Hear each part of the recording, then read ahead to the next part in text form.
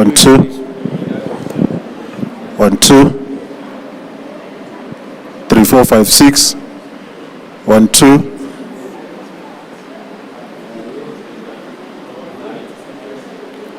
1 2 2 2 1 2 1 2 1 2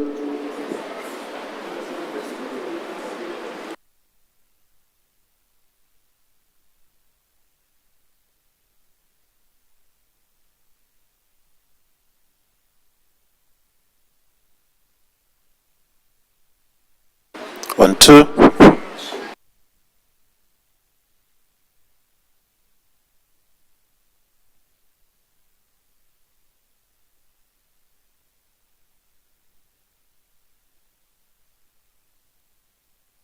1 2 1 2 1 2 1 2 1 2 1 2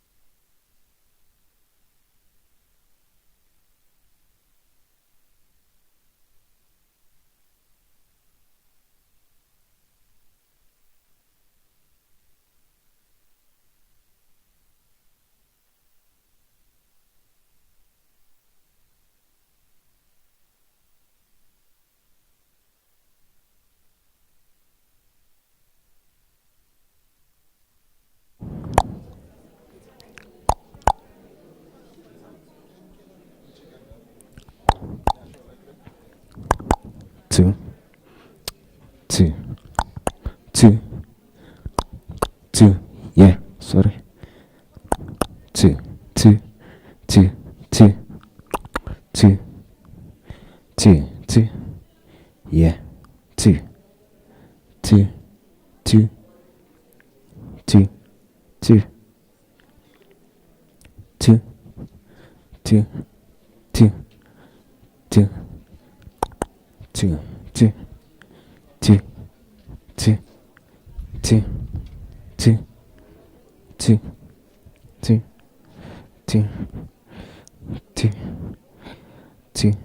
2 2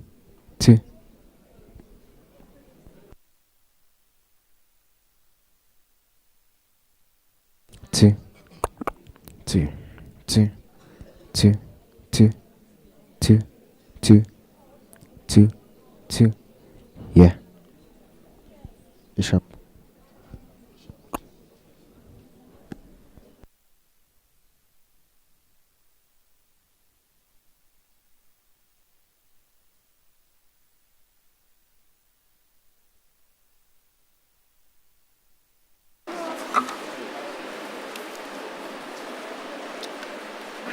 Yeah, yabona kufanele basathele lapha bazophazela hayi ukuthi bahlale. Kumele bapresente la. Kufanele bahlale lapha. Bahleli le. Baphezulu la. Muba present. Yena bephezulu. Yeah, nice. How many? For present. Remember what has For come up? presentation. Oh, okay. Speaker. Yes, Kona Ruby. Two, yeah. Two.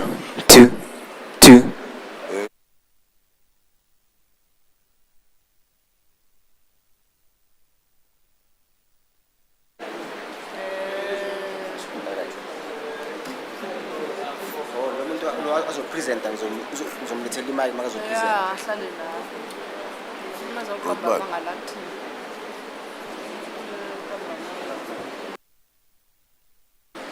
Okay.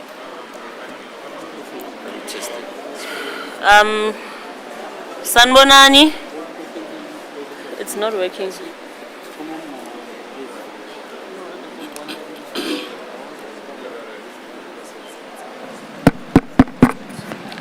Testing. Mine seems to be. Okay, it's working now. Is yours working? One, two, Yes, one, two. yes. They are off. They are not on the speakers. 1, 2. No, I'll eat it. 1, 2. Yeah, it's Tibo. No, he's there. This one next to Albert. Okay, can I invite him? Yes, please. Okay. And then the department, they'll stay down there. Yeah, but I mean, member Engelberg can move the side. That side can be Kanzelangwenya and HOD One person. Albert can sit. in Okay, the so I can corner. call both of them. Yes. Albert can sit. Okay.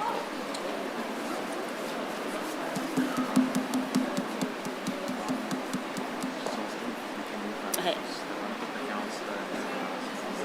Sesenza nje la ayikho lento le. Ayikho leyichitha. Sesinje sihamba sayilayini.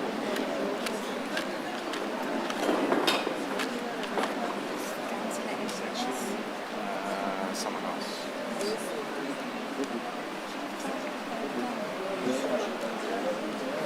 Mine, but it doesn't last long. Mine was charging.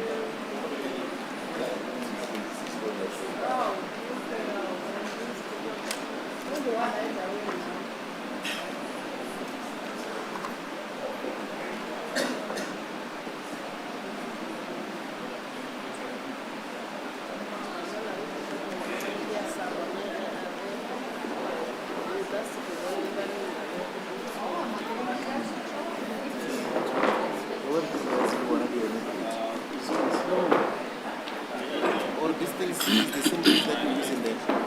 Seems. Yeah. Okay.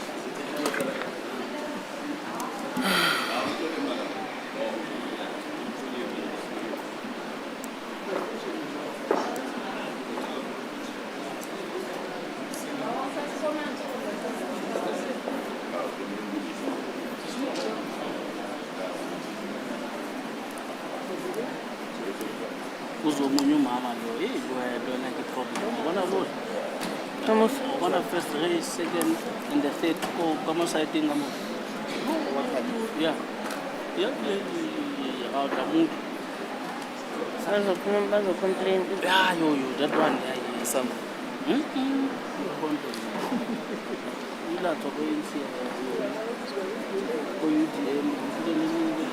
Sanbonani. Is this thing? It's soft, ne? It's still soft. Abo bani labantu labo? Hello. What you put on soft? The sound is not working.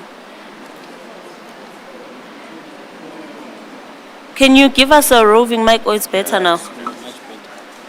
Sanbonani, ninjani, siyaphila. Sithanda ukunibingelela bazali. My name is Moipone Mhlongo. I am the chairperson of the Portfolio Committee for Education. I am going to request ukuthi ngikhulume nani ngihleli just for purposes of our recording mics and everything that we are doing. Besicela if there is anyone odinga sinama translators ngasemuva umuntu odinga ama earphone ukuthi bazokhona ukutranslateela. We have English, we have Xitsonga and Tshivenda, Sepedi and Sesotho. isiZulu nesiXhosa sinane Afrikaans. If ukhona umuntu odinga i-translation, ngicela aphakamise izandla ukuze bazokhona ukunilethela ama-microphones lani khona. Colleagues at the back, we have some people on this row and on that row as well. If we can just move towards them with the mics. Again, colleagues, we would want to declare Stella ugunamgela nonke, everyone who is present in our meeting today, and apologize for the delays that have taken place in our starting time, but to also welcome all of you at Chief Albert Luthuli Primary School. We are meeting you here in a month which is International Deaf Month, but it's a month that is also International Literacy Month. It's a month that is significant in our learning systems because we do understand that South Africa does have some challenges in terms of our literacy. You find that in our country, people who are in grade 4 cannot necessarily read for meaning, and this is a cause for concern for us. With that being said, we must always promote literacy where we are, reading for leisure, reading for understanding, but also understanding the importance of reading at all particular ages. I am going to request for my colleagues who are sitting in front to just introduce themselves. Members of the Portfolio Committee, we are also joined by the Mayor's Office through the MMC for Energy, uKhansela Umzayifani Ngwenya. Sicela ubingelela abantu babukhansela. Sanibonani bahlali.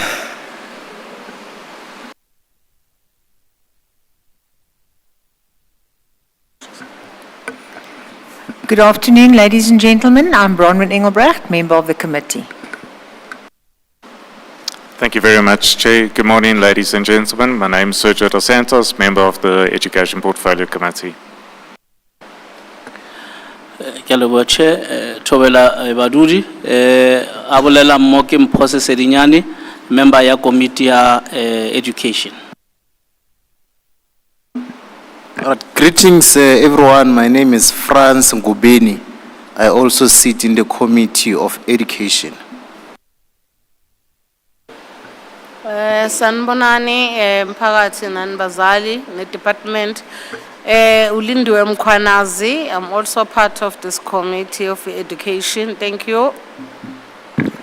Sanibonani mphakathi ninjani igama lami nguThabang igama lami lobukhoboka nguTheophilus Ngwakankani. I'm the member of the Committee Education. Thank you. Thank you very much. The department, HOD. Thank you. Good afternoon, honorable members, Chairperson. My name is Albert Cheney. I'm the acting head of Department for Education.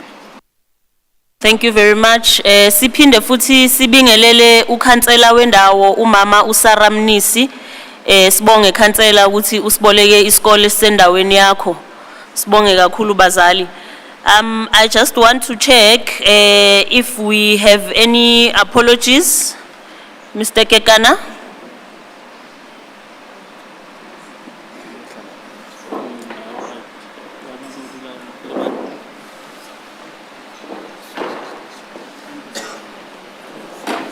Good day, Chair, and good day to our members, and good day to our guests. Chair, I did not receive any apology for this meeting. Thanks, Chair.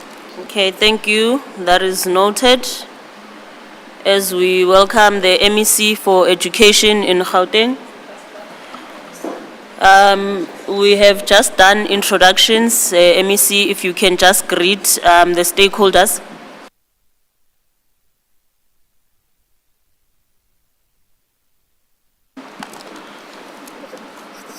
Sanibonani. Dumelang. Thank you. Thank you very much. We move to the confirmation of the agenda, colleagues. Our agenda is opening and welcome. We have done apologies. It's the purpose of the session. We will receive a message of support from the Office of the Mayor through the MMC for Energy, Councillor Mzaifani Ngwenya. We will then receive a presentation from GDE on the following matters. They are going to give us a brief overview of the Department of Education budget vote for the 2025-26 financial year. These are basically responses and feedback from the previous session that we would have had with yourselves here in March, and the questions that you would have raised to the department. They are here today to give you feedback on all of those issues that you would have raised. We will then have a question and discussion session from your side just to get follow-up questions. We'll then move on to a vote of thanks and then closure. With that being said, colleagues, may I get a hand that will adopt our agenda for us? Member Santos. I move to adopt, Chair. Thank you, Member Sesirinyane. I move to second, Chair. Thank you. Thank you very much. Without further ado, colleagues, the purpose of our session, basically, we came here in March under the theme Quality Education in Gauteng, and we received some presentations from the department, and we do note that various stakeholders had quite a number of questions to ask to the department, and we have brought them back to you again today so that you are able to get the responses from some of the issues that you would have raised. There's a number of issues that were raised by SGP associations, various stakeholders, including some learners would have raised some issues. So today we are here to receive basically those responses from the department. So basically, colleagues, as we would have indicated even last time, our role as the legislature is basically to conduct oversight over provincial government. We investigate any functions of the members of the executive councils, which are MECs, as well as their departments through our legislature committees. We are able to summon any departmental official, including the MEC, to appear before us to provide information. And through lawmaking, oversight, public participation, and cooperative governance, as well as public hearings, focus intervention studies, budgets, quarterly and budget report processes. And therefore, the Education Portfolio Committee has been entrusted with the following responsibilities. It is to deal with provincial bills and other provincial matters that are referred to us by the Speaker or by resolutions of the House. We deal with national bills and any other national matters submitted to the committee by the Speaker. We maintain oversight of the manner in which the MEC and his or her department fulfills their responsibility, including the implementation of legislation. We report regularly to the House on the performance of the Gauteng Department of Education.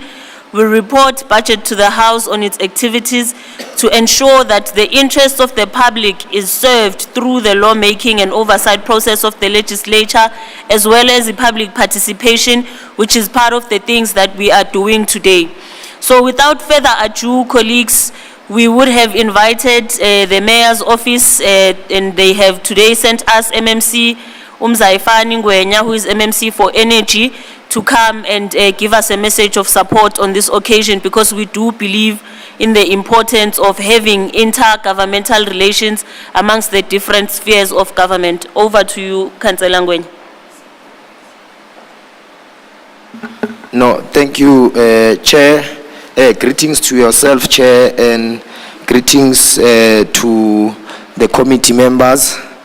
Greetings to the MEC of Education, Honorable Matume. Greetings to the Department of Education present here. I see the HOD and the team. Greetings to the Ward Councillor, Mrs. Mnisi. Greetings to the educators, all stakeholders, and greetings to the communities that are present here, Chair. First and foremost, I would like to welcome you to the City of Peace, which is the city of Ekurhuleni. It is our honor, Chair, that to host this engagement here and host yourselves as Gauteng Provincial Legislature Portfolio Committee today in the city of Ekurhuleni. Education is one of the most powerful tools for personal growth and social progress. It is more than just acquiring knowledge in the classroom. It is the foundation upon which individuals, communities, and nations build their futures. Education opens the doors of opportunities, reduces inequality, and provides skills needed to navigate the life successfully. As the city, we acknowledge the engagement such as this, not to seek to strengthen the state of education within the city, but to provide an opportunity to stretch the scope of our governance. As a city, we value this engagement as a bridge, as they bridge the gap between government and society. These engagement offer a platform for transparency and accountability between the state and the communities, and as such, they build trust within this ecosystem. Distinguished guests, we continue to work to deliver adequate services, ensuring that schools are with electricity and our roads have functional street lights, and homes are with power to ensure that learners are able to do their homework, study, and all contribute to the success of the learners and the work of the portfolio committee. Distinguished guests, we commit to continue to listen to the concerns raised by both the portfolio committee of education and the communities. And we do not take this lightly, and we will actively work towards implementation, towards the full implementation of this recommendation and changes to further contribute towards the success of this engagement. We encourage that this engagement to be conducted more regularly so that we are able to measure our progress and also maintain the open dialogue and keep the momentum as we work towards making the city of Ekurhuleni a better life to live. I thank you, Chair. Thanks. Thank you very much, MEC, for that warm welcome to the city of Ekurhuleni. Indeed, our learners would not be able to learn without electricity, so energy plays quite a pivotal role in the education sector in ensuring that our households are functional. With that being said, colleagues, without any further ado, we are going to give over to the department through the MEC to give us a presentation on the progress report on the delivery of quality education in the Gauteng Province, as well as some of the responses that would have been raised from the previous stakeholder engagement that was had. Over to you, MEC. Thank you, Chair. Let me greet once more the honorable members of the Portfolio Committee, MMC, senior officials of the department that are present here, stakeholders in the sector, SGBs, parents, NGOs, and those who have an interest in education. Before I hand over to the acting HOD to give us the presentation as requested by the portfolio committee, I felt that maybe let me touch on one or two issues that I would want to bring to the attention of the portfolio committee, as well as the public, so that we don't miss this opportunity to really engage thoroughly. Of late, Chair, there's been quite a number of disruptions in schools. And the reasons vary.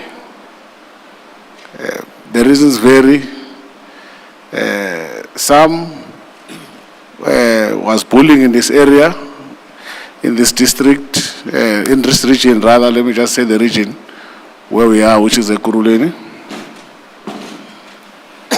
Some of the disruptions were led by service delivery, which is something that I really struggle to comprehend and understand even today. Or house na electricity ko community skolo skena ga ikara se Eskom. You know, but community feel our house na mtlakasi, which MMC, it's your responsibility as a city. We find our schools suffering because of that.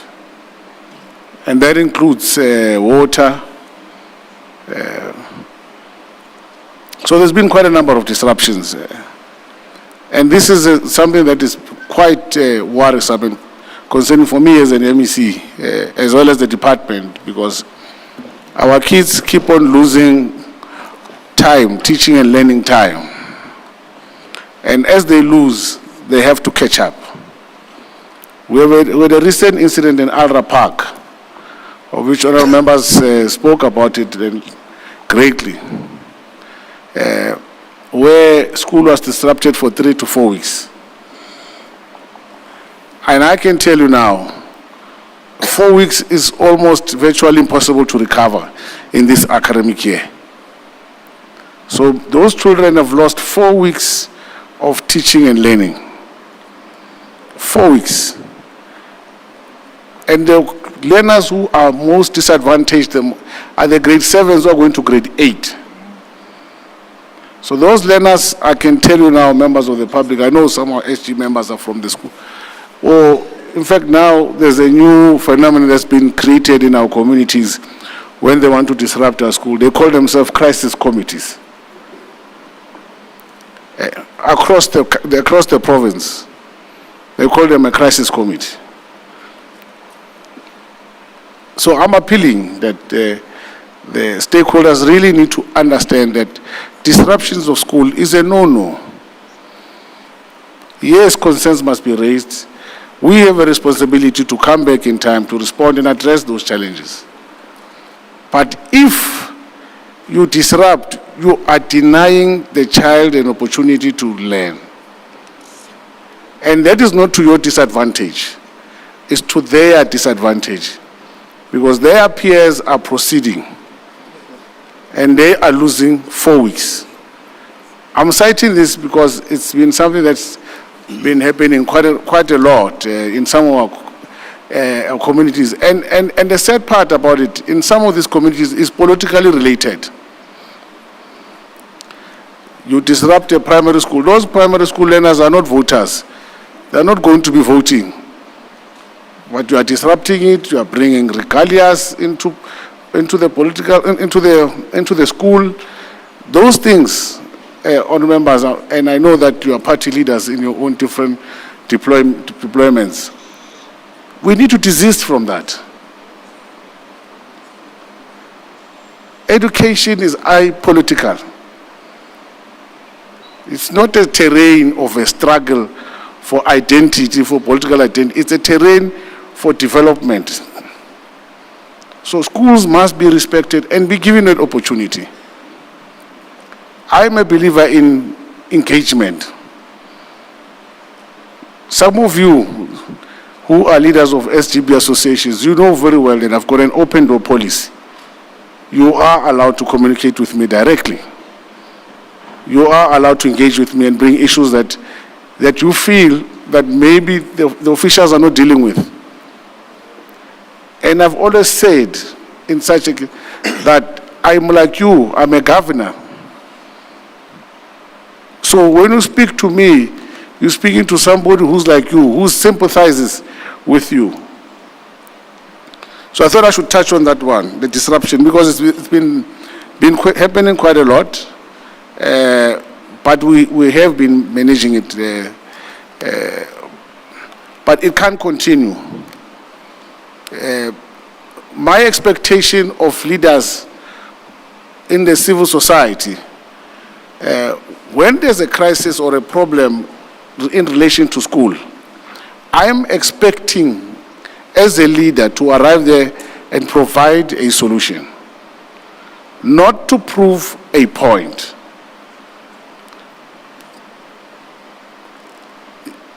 Because it's the wrong space and wrong platform to prove a point. To say, this department is failing. So you go there, you incite the public, you incite the learners so that school doesn't proceed. That's not leadership. It's actually failing. If you are a parent, you will not agree to that. Because if these kids don't go to school, where do they go? Where do they get basic services, nutrition, social intervention that we've done? What we do? Out of our 2.3 million or so children who go to public schools, 1.7 million are on school nutrition. So you can see the importance of this social intervention program that we're advancing. So if you disrupt that, in some instances, that's the only meal the child gets in the day.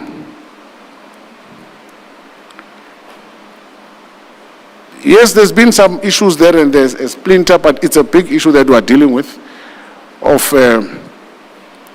There's been some incidences in the past week which we have raised and flagged, and we're very transparent.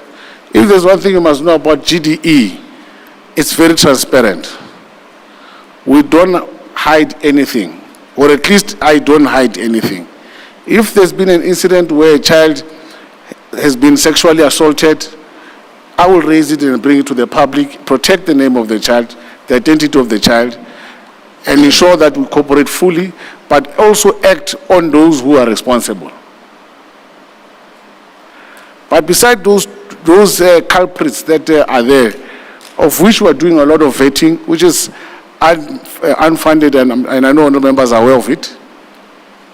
But schools are safe spaces in most cases. And they should be safe spaces in most cases. So if you remove the child from school, they don't go to school, where do they go? The previous week, honourable members, Chair, through you, there was an incident, a situation where we found 6 learners in the western area, City West, Motlakeng, working closely with the wardens and the patrollers in that side. These kids left school and they were high on drugs. Just as they were about to be kidnapped, one of the wardens who was out of uniform realized there's a problem there. And when you pick up these kids, they said, no, the school was disrupted. So we went our own way. So we could have had kids who were murdered that day. Just because of a disruption. We could have lost lives.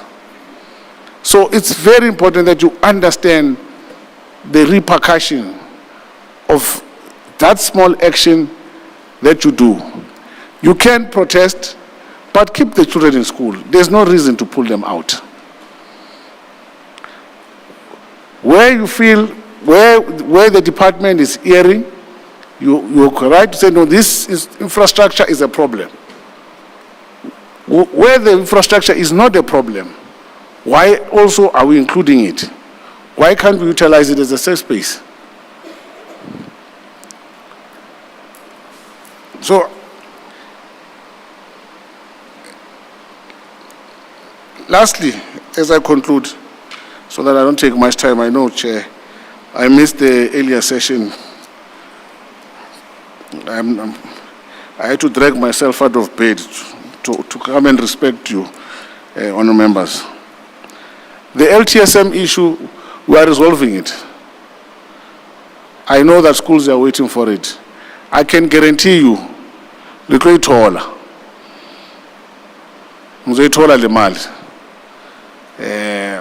know that it will be part of the questions, but as we buza as and not before the end of the academic year, or in fact we are pushing that it should be done before the end of term, so that we give the allocation. So we are moving speedily to address that aspect. Because I know it's one a burning issue that the schools are asking about. The security, of which I know some of the schools have come forward requesting that intervention that we have done. Colleagues, that was a temporary intervention. It was not a permanent solution. It was temporary to stabilize the schools. And I must say, some schools stabilized. And they are still stable even after we've removed, and we've removed all the security. Precisely number one, budget we don't have, it's an unfunded, so we don't have the finances to keep them on site. But also the assessment that we've done has given us confidence that pulling them out fully, majority of the schools would be stabilized, and they have stabilized. There are those that have really struggled, but they are not as many. So the next report, Chair, when we meet, we'll be able to give you a comprehensive report back on how many from the school that we had intervened, how many have stabilized, and how many still have challenges. But generally, majority of schools were able to adjust accordingly since the intervention. So it has been one program that has been successful. The budget constraint, we are talking to it. The acting HOD will explain the budget content. This challenge is not Gauteng challenge, colleagues. It's not a Gauteng problem. It's an education national problem. Departments are struggling. Education departments across the province are deep in the red.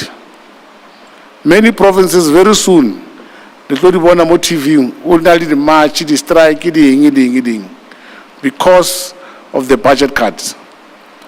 We are going to show you the impact of budget cut. But what does it mean to you? It means every rand must be exploited to the value of $1. So the rand that we invest, we expect you to spend it as if it's $1, the outcomes. It must be $1. So it must be like 20 rand, maras 1 rand. Meaning everything we must make sure it remains in its good quality and it's correct and it's protected. Because if we don't do that, we are going to go worse off instead of moving forward.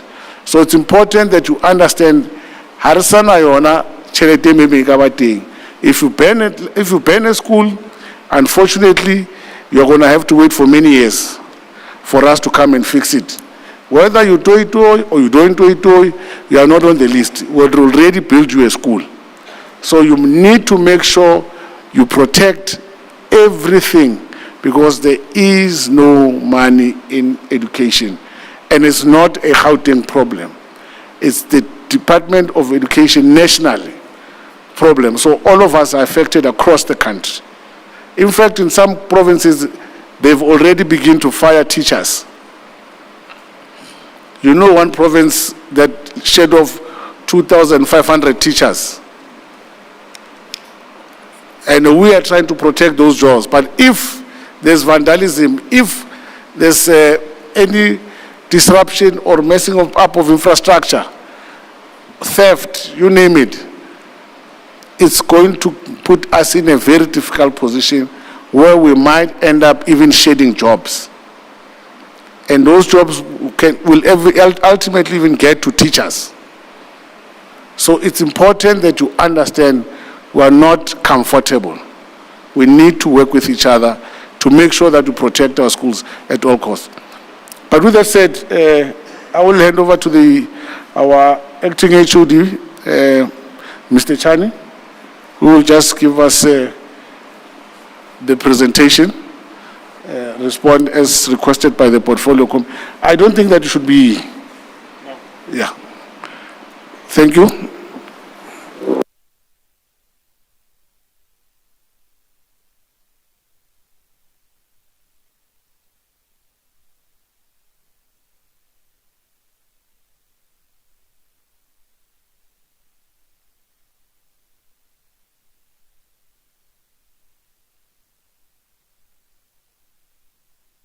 Good morning. Ngezwakala? Thank you. Sanibonani. My name is Sinat Mirazi, and I'm here in my capacity as the acting DDG for planning. I'll try to be very brief. This presentation really is a response to a meeting that was held on 28 March, and abahlali posed questions. We've since gone back as the department to investigate some of the allegations that were made here. In fact, all of them. But I'll try and be brief and just stick to the presentation itself. One issue that was raised around educators that are leaving learners unattended in classes, and a need for us to work closely with our communities. The schools that were mentioned in this were Tshwane West, Soshanguve Secondary, Ayanda Primary School, and Edward Molusi. We since went back, Siocheka Glezokole.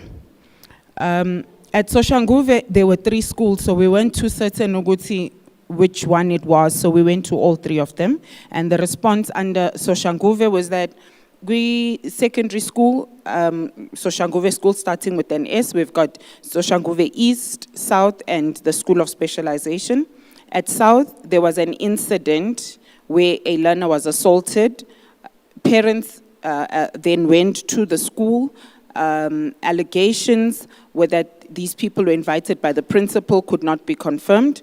But during investigation, Satsoluguti, the principal, there might have been a lack of management within the school. District, however, we finalized on Leo process of taking him to a mentorship program. At Ayanda Primary School, district circuit manager held a meeting with my educators and explained the grievances that we had. Each educator who was involved in the withdrawal of the labor was issued with an Audi letter. So our labor relations unit has then instructed the principal to implement the disciplinary. And at Ayanda, at Edwin Molusi, there weren't any learners that were left out there. In Mabopane, the other issue in Mabopane, stakeholders noted that there's no school of specialization and that the area only has 5 schools, and we list the names of those schools. So in terms of Section 12 of the Schools Act, a governing body may write to the MEC of a public school to see whether, raise any interest in a certain school becoming a school of specialization, and those applications will then be assessed. Internally, the MEC together with his team will then assess that and see if there'd be a need to convert one of the schools to a school of specialization. The National Association of Governing Bodies raised a concern about grade 8 to 9 results, noting failure in social science, EMS, technology, and maths. They urged the department to avoid automatic condonation or progression and to strengthen reading for meaning. We hereby note that EGDE, along with all other provincial departments, are governed by the national directives regarding a process progression or condonation of learners. So there's a set process that we followed. It's not up to an individual in terms of who to progress to the next learner, or even the principal for that matter. And there's certain rules that need to be covered and ensured before a learner has been progressed. Furthermore, the onus is upon the department to guide and come up with strategies of how to assist those learners as they continue in the next grade. At Kudube Primary School, infrastructure challenges were raised with the MEC during an imbizo. Similar requests and interventions were made for other schools. So we then give a breakdown of infrastructure challenges that would have existed. We've gone to these schools and verified the status in each of them. Kudube Primary School, general building and electronic maintenance projects that were planned to be done in 24-25 were cancelled after the school was declared unsafe. So the structure of the school itself is not in a position such that we would do maintenance work. So instead, we've looked at the process would have started for us to look at the new school in the area. At Rebiro Primary School, general building maintenance was undertaken. And we did the maintenance, we've done roof repairs, we've replaced the ceiling and painting thereof. And the project Akona was completed in May 2025. At Khetsiati Secondary School, there was no infrastructure queries that were escalated to head office. So even if there is a problem at the school itself, it hasn't really come through to a head office yet. However, we will go out and conduct the assessment corner to understand the situation around maintenance. Agnes Khiti Primary School, maintenance project was initiated in the previous financial year and as khona ngokuthi siqhubeke nayo due to financial constraints.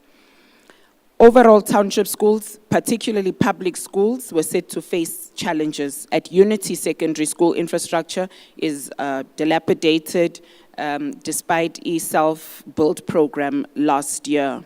So what's then happened there is that the school is on the list of schools that are to be rehabilitated. There was money that was sent through to the school for a self-built program, but there were delays. That money has since come back to the department, and we will continue with the process to allocate the professional services that will assist us before we start on the self-built program itself. With respect to scholar transport, it was alleged that some employees privately provide scholar transport contrary to the policy, and that being a conflict of interest. At this point, we were unable to go further into that allegation because there weren't specific details. So as the department, we would appreciate further details on that allegation and investigate the matter. At Davidson Primary School, a class reportedly comprising of 70 learners, which is way beyond the normal learner-teacher ratio, and the colleague that raised that would have then said that there was overcrowding. The department responds in that there's no oversubscription in that school. There's currently 17 classrooms that are used. So in accordance to how we admit the protocol for admitting learners, as an example, it would take us, for us to understand and ascertain how many learners should be here. We would then look at the number of learners who grade 12 and prepare who grade 6 for that number of learners as well to then be coming into the system. The school itself was further given furniture, so we gave 300 desks and chairs as well to allow for our new intake. In 2025, we've not received any additional requests from the school. The district office itself, we are requesting the district office to go to the school and actually conduct a needs analysis to understand what the situation might be. But thus far, my records, it's as I would have mentioned. There was then an allegation of mismanagement of funds at Melody Primary School. Treasurer reported irregularities in school finances, querying a 4,000 rand for insurance payment with the SMT. And principal Wakona, it seems, did not respond properly. A discrepancy, we looked at the books, and indeed a discrepancy was discovered during April 2024 handover process regarding the insurance payment, which was done to PSG Consult. We found the policy and the details of the policy. It was taken out in March 2012 as a short-term insurance covering the building and other items. The school did not have a copy of the contract, but upon review, the SGB was advised to verify all of these items and that they still exist. So the principal is back at the school and is one of the signatories on the account. Educators at Gauteng Primary School in Hammanskraal reported overcrowding again, learner-teacher ratio at 72.1. We agree the school is oversubscribed. However, the new school, Ratanang Primary School, which is less than 1 kilometer, will be opening in January 2026, and we hope for Logote that will assist with overcrowding. The department was asked to look at Bakloklele Primary School in Soshanguve. It's alleged that North District has not given adequate assistance to the school. SGB has repeatedly raised electricity issues, disconnection due to debt. The matter was then reported. Again, we've gone into the school. The department was responsible for payment of municipal services up until the 31st of March. So anything thereafter is the responsibility has then been transferred to the SGB of the school. So we are then saying that indeed the department has paid up until the 31st of March. At the East Rand School of Arts in Davidson, the SGB chairperson thanked Portfolio Committee for hosting the event at the school, emphasized enforcing the law on misconduct. The school reported an fire extinguisher and crumbling blocks, noting that multiple emails to raise this issue had been received a positive response. He emphasized that collaboration was essential to deliver quality education. We are then reporting to say the extinguisher replacement is the responsibility of the school. The school is, however, on the list for refurbishment and rehabilitation and is currently in design stage. So in infrastructure, the different stages, it's currently sitting at the stage of design. Due to financial constraints that we currently have, the project can only move to procurement and implementation once we've been able to gather those funds. As the MEC had alluded to, had mentioned the problem that we currently have with regards to finances in the department, but it's a school that we are aware of, and as soon as we are in a better financial situation, we'll move on that. Stakeholders proposed that online admissions for grade 1 and 8 open in June of the following year, with placements being finalized in November. They noted public schools are not adequately maintained or resourced. The department supports that admissions be processed early in term 2. However, there are certain internal processes that could cause these delays. And those, again, would also speak to how much infrastructure we have and actually doing an audit to understand that before we commit to an intake. At Protea Junior Secondary School and Bona Primary School, it's alleged that no textbooks and stationery. Stakeholders further expressed concern that a GDE presentation did not reflect on the ground realities. The department responds that the school does not have textbook shortages. We've been to the school.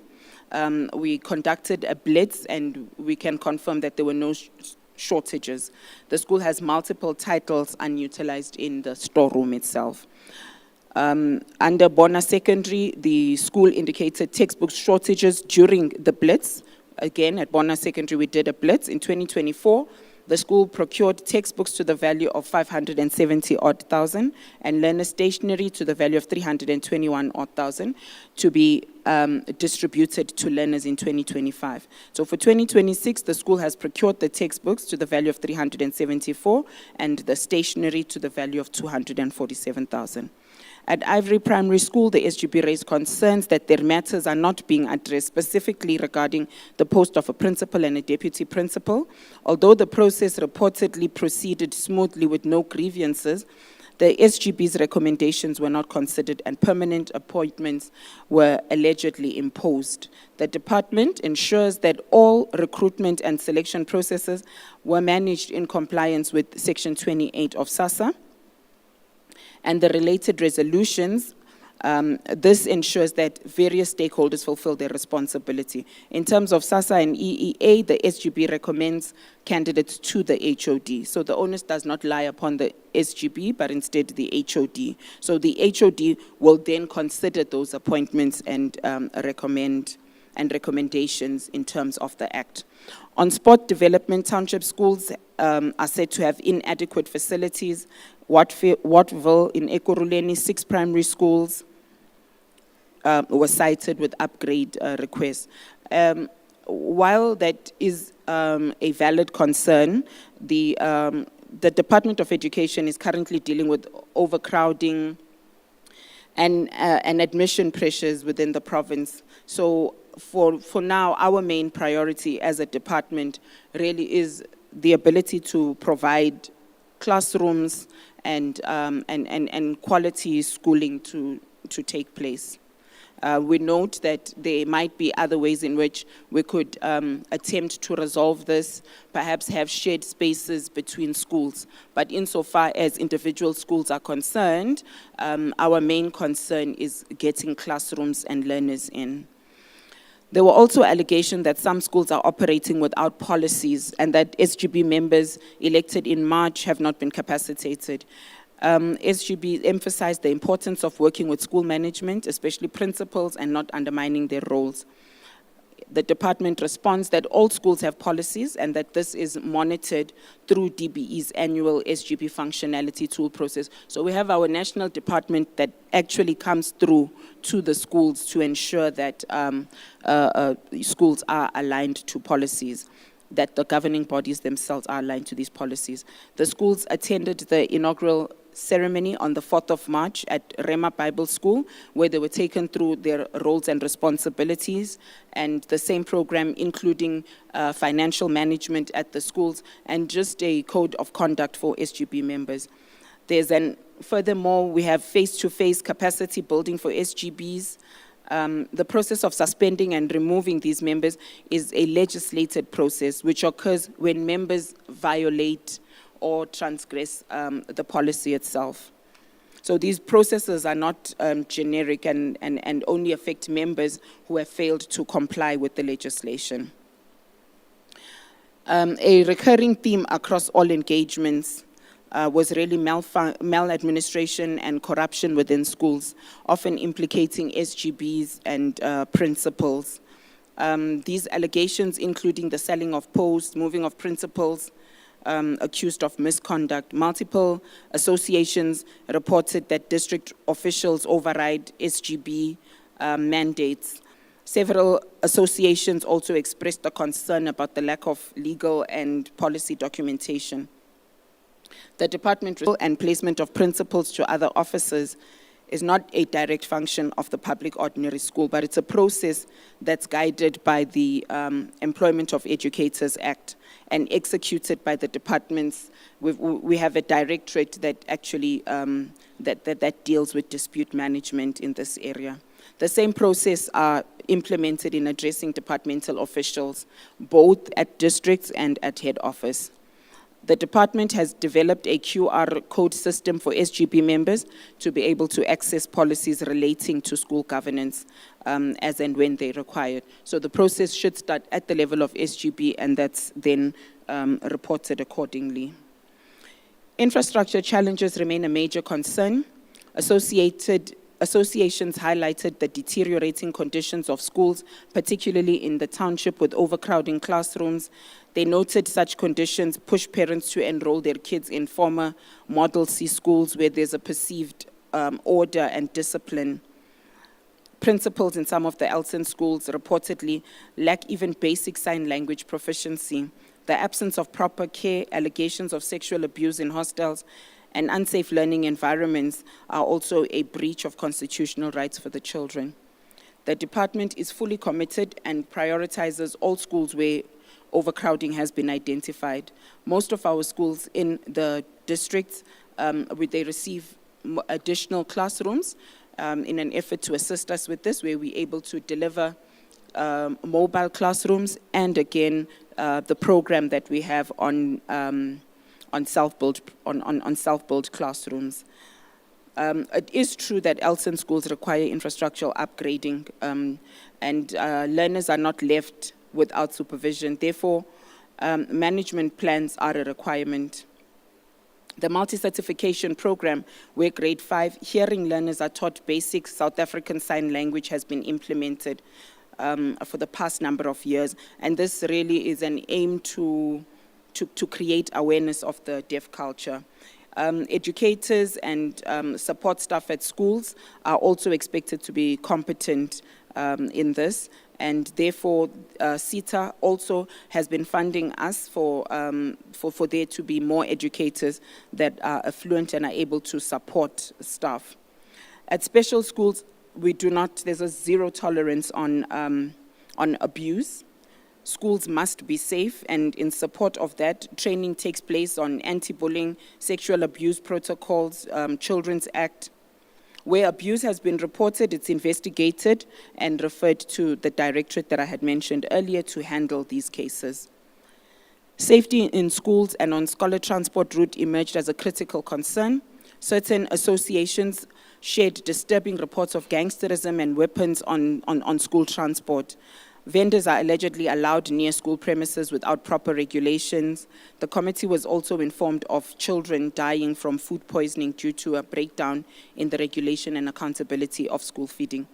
Our response to that is the National Schools Nutrition Program were not aware of any of these incidents where learners have died because of food that has come through via the program. In cases where food poisoning is suspected, and we'd remember more so last year, there were lots of cases around food poisoning, we worked in collaboration with the Department of Health, and food samples were collected, and these were sent through to laboratory for testing. And to date, no evidence really has been confirmed that any of those learners would have passed on as a result of our NSNP program. Nonetheless, as a directorate, we continue to strengthen the implementation of the program itself with the service providers under the NSNP program, ensuring that it's the correct quality.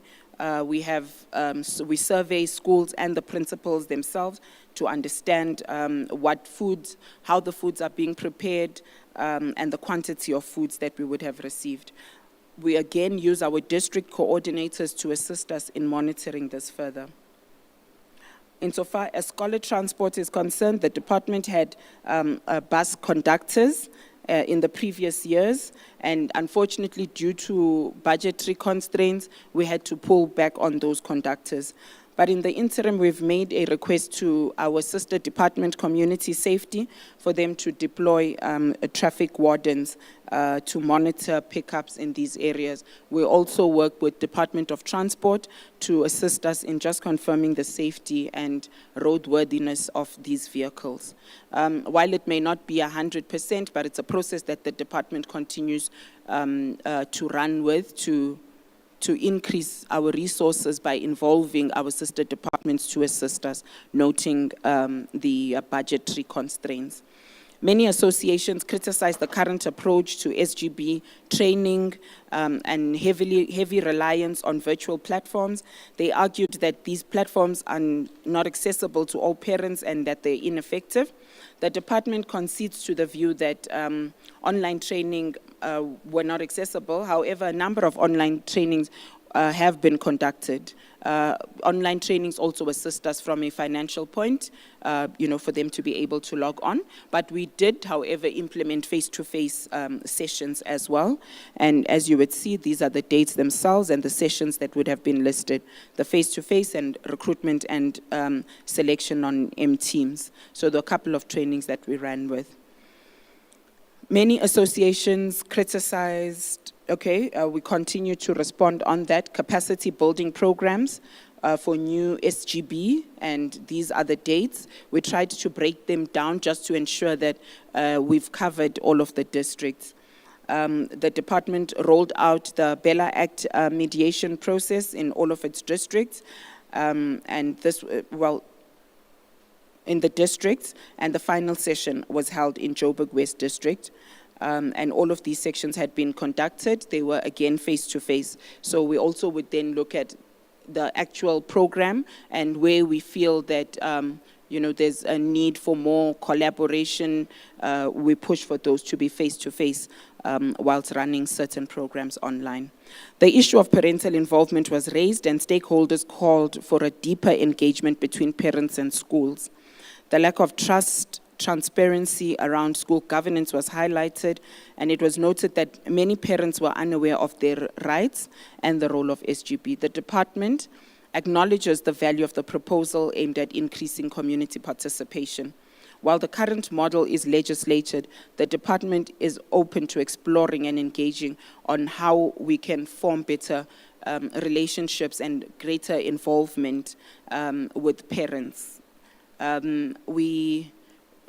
It's a very sore point for us. We really need involvement of parents in how we run our schools. As we are also of the belief that even in the many incidents that happen, they happen outside of the schoolyard. So it becomes important that we are able to collaborate with parents to strengthen that and ensure that there's discipline both at school and at home. The NSNP in Gauteng currently operates on a centralized, so this is in response to the NSNP program being run at the level of being localized at the level of communities. Our response is that in its current model, it operates on a centralized tender where providers are appointed using the legislated procurement processes in line with the PFMA.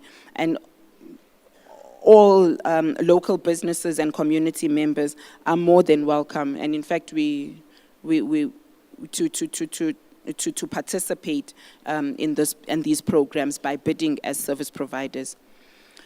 It was indicated that undocumented learners remain marginalized within the system. Associations expressed concerns that these children are not included in the school nutrition allocation.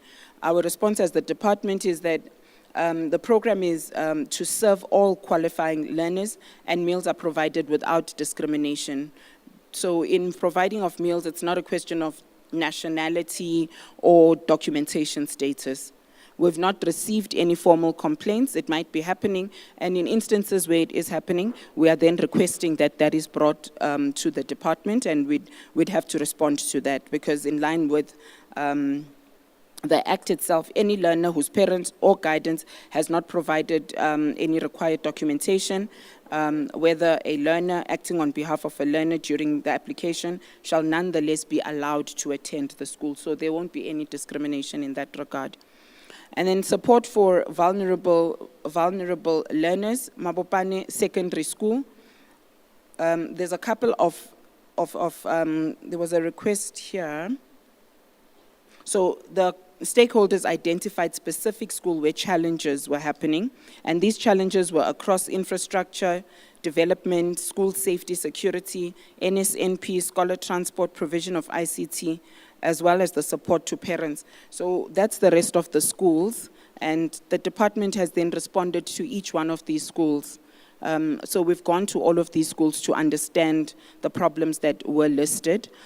In all of these schools, there's the LTSM is not in scope, so, you know, in ICT, the school's not yet in scope to receive LTSM for individual learners. And I think at the rate that we are going, we are really looking at stabilizing the system by far. So where we have LTSM, we will continue to ensure that we load those gadgets and it continues. But from a point of recruiting new schools into the program, just from a point of prioritizing, we've put that on hold for now. Regular school talks across our schools to respond to bullying, gangsterism, substance abuse and discipline. Parental engagements are conducted across schools in the circuit. School safety committees in each of our schools. We have a committee and we continue to train them. The feeding program is still continues in light with the numbers that were, the figures that were pronounced by the MEC. We continue to feed across.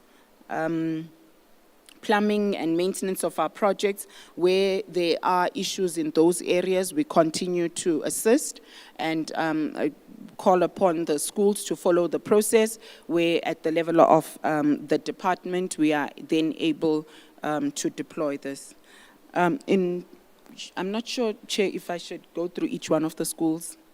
We're in Pelotona Secondary School, again, LTSM, not in scope. We continue to have school searches, unannounced, and talks on bullying, gangsterism. School transport is at the school, and for now, as I had said, that we removed the bus conductors and the monitors, and monitoring is happening by crime prevention wardens.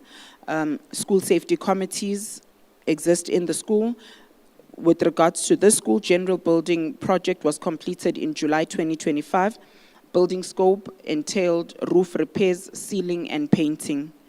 Dr. Morausele High School, no LTSM, ELTSM.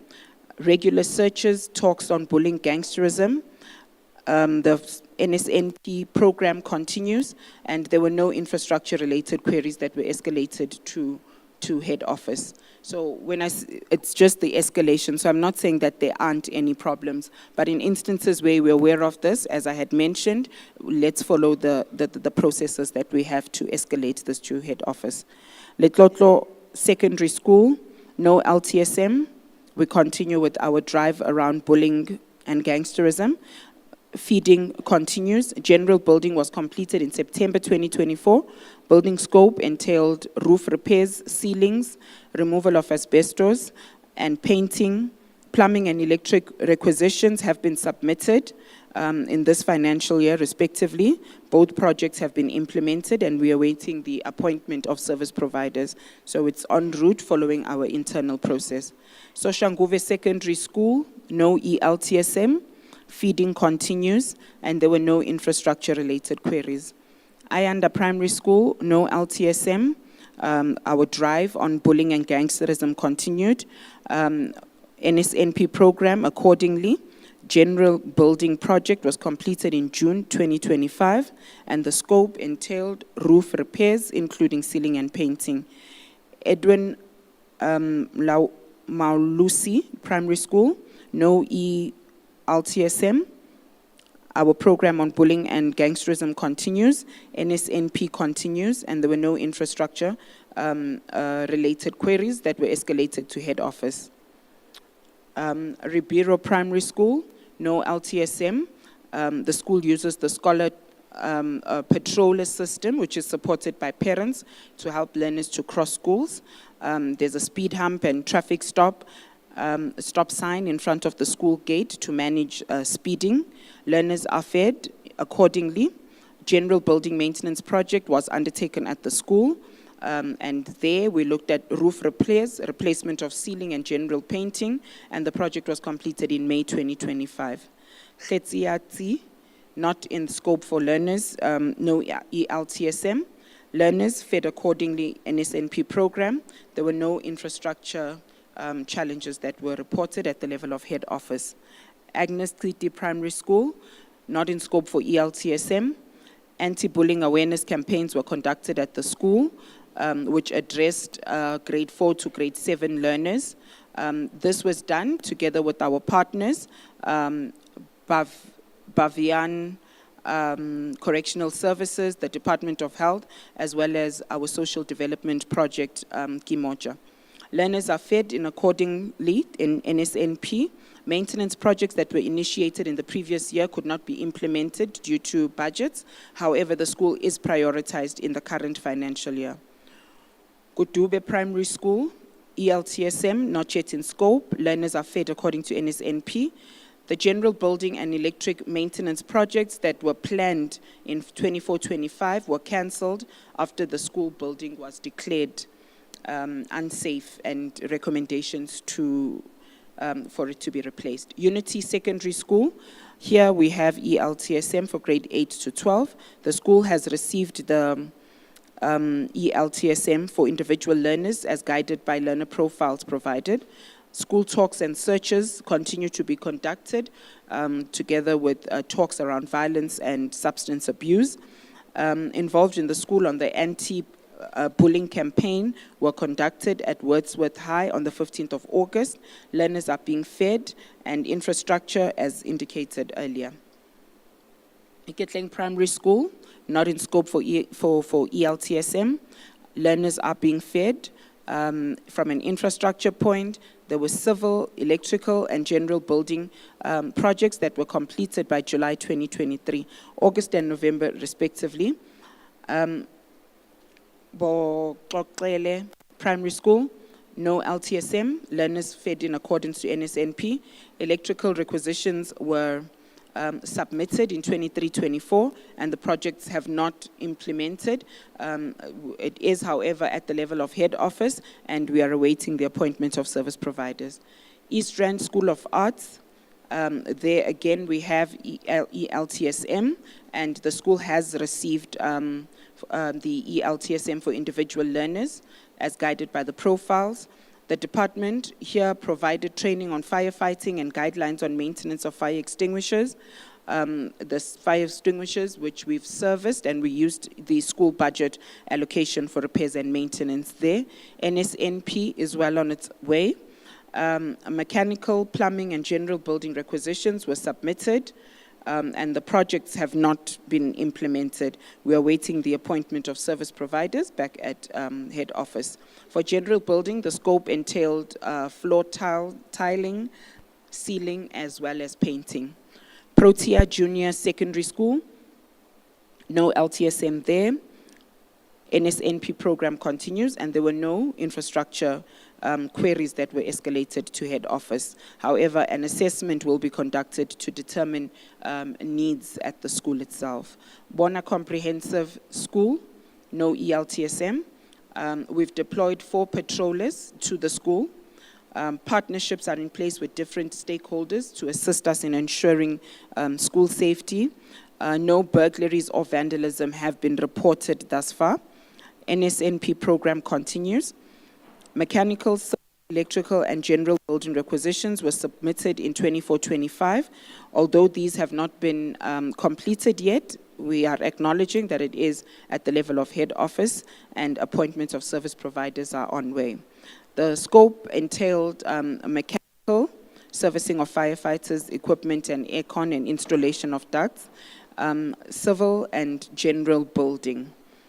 Vezukono Secondary School, no ELTSM. Learners are fed in accordance to NSNP. General building projects were completed in August 2024. Building scope included floor replacement, windows, doors, ceilings, painting, and roof. Plumbing and electric requisitions were submitted in 2023-24 and again in 2024-25. And both these projects have not been appointed yet. It's on our side that we are awaiting the appointment of service providers. Lion Primary School, no ELTSM. We've deployed 4 patrollers at the school. 2 have since been terminated the contract due to safety concerns. Namely, the school is a farm school with no electricity, and the school is built on uses mobile classrooms. Police visibility around the school vicinity. Learners are fed in accordance. We've got general building, fencing, and electric projects that were initiated from 2025-2026. And all of these projects have not been implemented yet, and they await the appointment of service providers. Turffontein Primary School, no ELTSM. Learners are fed in accordance to NSNP. General building and plumbing projects were completed in January 2024 and 2023. Building scope entailed repairs to floors. Pumla Special School, no ELTSM. Director ISS, additional funding is transferred in support of skills development, resourcing, and transport. So this is one of our special schools. Learners are fed in accordance to NSNP, and there are no infrastructure queries that have been reported to head office. However, the team will go out to conduct an assessment. Tsebe Ntla Primary School, no ELTSM. Learners fed in accordance to NSNP. Electrical projects were completed in August 2025. These included mechanical, plumbing, building requisitions that were submitted. All of these have not yet been implemented, but we do have it at head office. Winnie Matigizela Mandela, in scope for grade 7, there's ELTSM, and the school has received the ELTSM, and individuals are guided by the profile learners. Additional funding is transferred in support of skills development, social support, and transport. Learners are fed in accordance to NSNP, and there's no infrastructure related queries. Dr. Mary Mahlasela, Special School, not in scope for ELTSM. District conducted search and seizure and school talk in partnership with SAPS. Learners are fed accordingly. General building and electric works were completed in June 2025. Scope included roof repairs, ceiling, Floors, painting, and doors. Plumbing and civil requisitions were submitted from 2022 to 2025, and the projects haven't as yet been implemented. Ekurhuleni School for the Deaf, not in scope for ELTSM. Anti-bullying awareness campaigns are held at the school together with SAPS. Learners are fed accordingly. General building, fencing, and civil projects were completed in March 2025, in January 2024, and December 2024. Building scope entailed the replacement of floor tiles, painting, and plastering. Tsakani Secondary School, also not in scope for ELTSM. The school is not yet in scope to receive ELTSM. Learners are fed in accordance to NSNP. Electric, general building, and civil projects were completed in March, Feb, and in March. So civil projects in March and electric projects in March. General building scope, civil works entails repairs to the existing mobile units that are there. Thank you.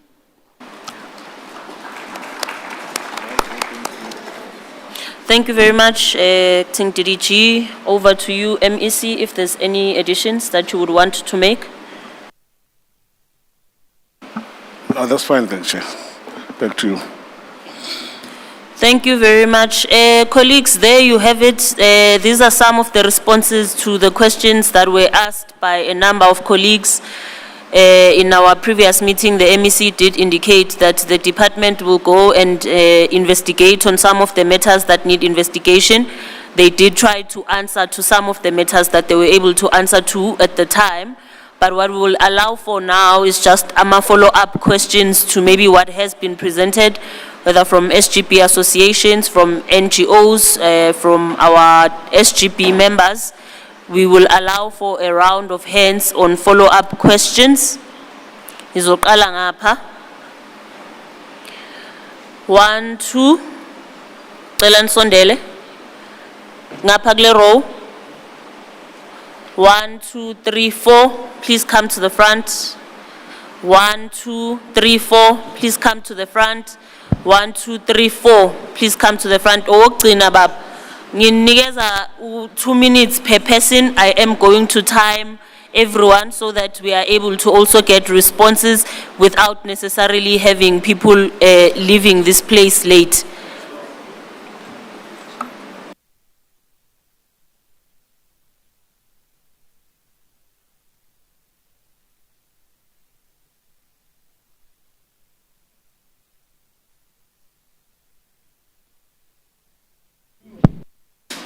Ngicine ngobhuti wesigqoko esi-red, unamba Mcunzi, ubaba Mayimela, he's probably before you. Yeah, okay. Over to you, sir.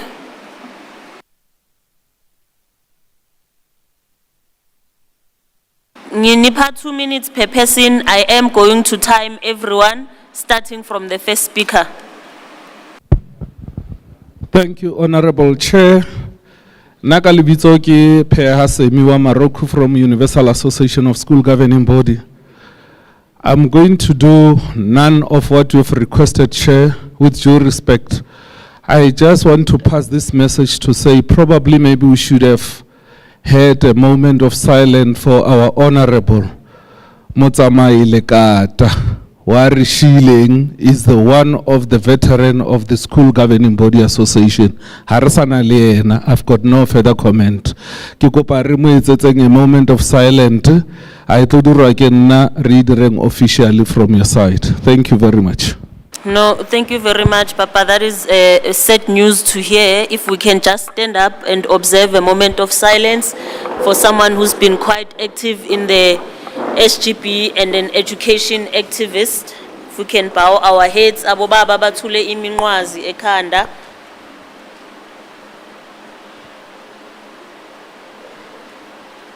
May the soul of the departed rest in peace. Thank you very much. Sanbonani. Igama uSimphiwe kaMgolombane, known as Ubrix.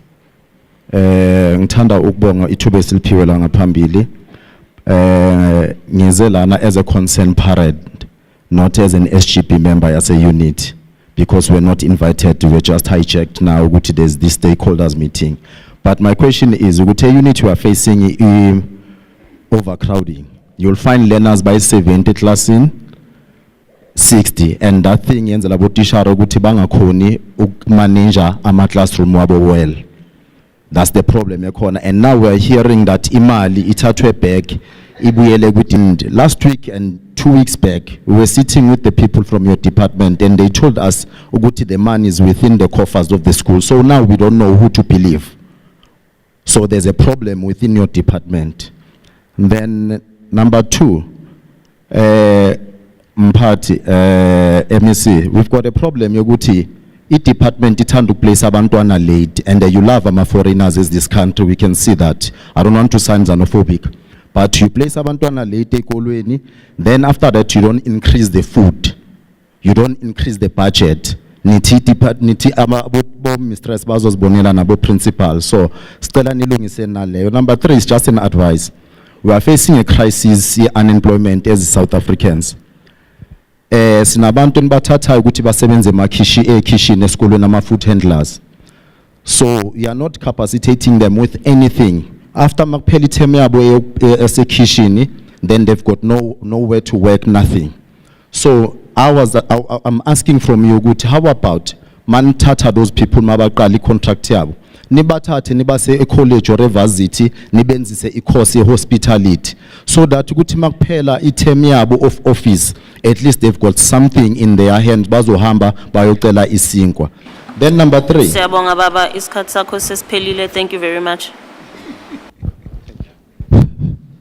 Sanibonani. Umuris Mapatle lo khulumayo from Kusadile Sanko. Thina njengomphakathi ngeSanko we are very much concerned ukuthi abantwana baba late esikolweni babavalela amagate. Bathi bangangeni esikolweni, more especially eDave. I'm worried ngesikolo saseDave. Mina bengilapha eDave nga end up bangilwa nama teacher ukuthi abantwana baye 100 bangaphandle bathi ba late abangeni esikolweni. Siya understand the issue of overcrowding. So mina MEC yami proposal bengicothi ngabavalile ngaphandle they'll rather babe phakathi ejardini. Ngoba kugcwala yonke iDavid wona lapha enhlokweni egumbi nemonke abanye bacabuzana ngesikhathi sesikolo. So ngicela isincedeni abantwana, if umntana ulate we need to do something, unlike umntana aba estradini. And abantwana base school niyabazi ukuthi sebakhulile bane adult stage, they'll end up to do piki mabelani. Even you too, we are complaining uthi abantwana baba in pregnancy esikolweni ekubeni ukuyini enibanike allowance. Mangibuzisa isikolo bathi asiyithi i-Department of Education ukuthi abantwana baba late sibavalele. Ngicela nilungise ngile. Kune high rate of crime outside. Umntana makabe late ngona angene eclassini ngesikhathi esithize abe within the yard of the school.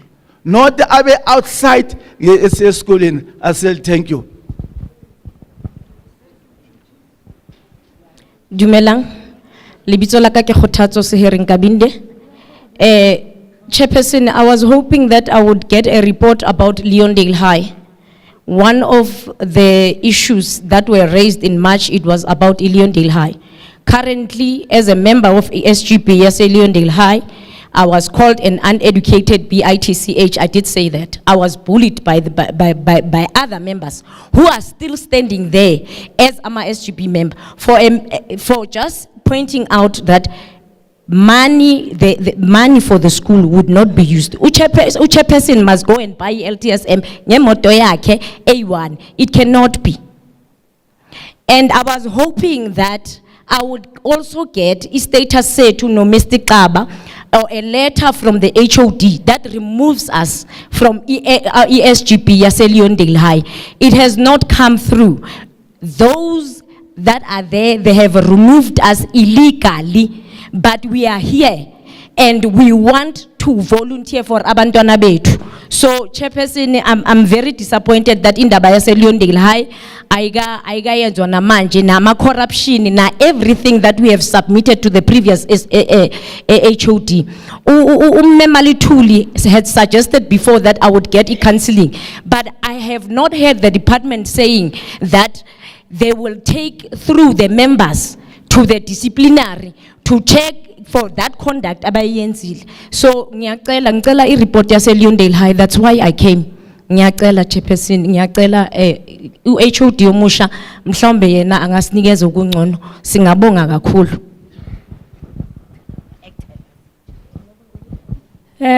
Chairperson of Portfolio Committee, good afternoon. MEC and everybody else that is there. Uima Jola from Africa Education Governors Association, South Africa. Thank you very much for the report that you just presented. We welcome it, but I'm not going to interrogate it because I was expecting more, because this seems to be the same of what you reported in the meeting that we were attending, probably in March. So there's nothing much that I've heard that has happened from the Portfolio Committee side. MEC, I'm very concerned about people that are working in your office and that of the HOD. In actual fact, they are contradicting whatever it is that you are trying to present to us. And right now they are sitting here, you are thinking that they are actually endorsing whatever that you are saying. They are bringing your office down. I was there several times after we met in the auditorium. The attitude that was given by your staff at a senior level is not something that I expected from the office of the MEC. And I'm happy because one person that is representing the acting HOD's office is here, and the person that coordinated us into another virtual meeting. They have a tendency of forgetting our emails and contact numbers, especially when they think that there's a meeting that they don't want certain people to be present in that meeting. And I think that culture must actually be done away with. I want to submit to yourself right now. I'll be coming a pay of permission acting HOD, because I'm not going to address all the matters here. There are issues right now that need your attention, either the MEC or the HOD. I'll be coming with the SGB executive of Mhlongo High. You don't want a situation wherein we'll have kids, while they're preparing to write for the exams, being killed in the school. For 5 years, as chairperson of the Portfolio Committee, Mhlongo High has no electricity. 5 years. There's a principal that decided to take an early retirement. Nobody's doing anything about that. And we submitted to you, Chair, that, let me conclude. We submitted to you, Chair, in the last meeting that we had, I think it was in Pinoni, that the Directorate of Governance in the head office is dormant. Can't have a school for 5 years, no electricity. How are those kids surviving? I thank you, but with your permission, HOD, can I see you so that we can secure the time of us coming to you? I thank you.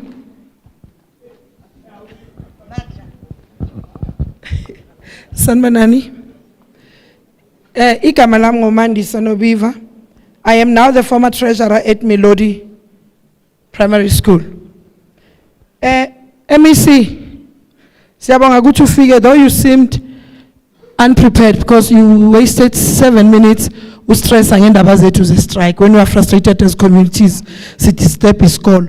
You repeated the very same thing for about 10 minutes. But thank you for your presence.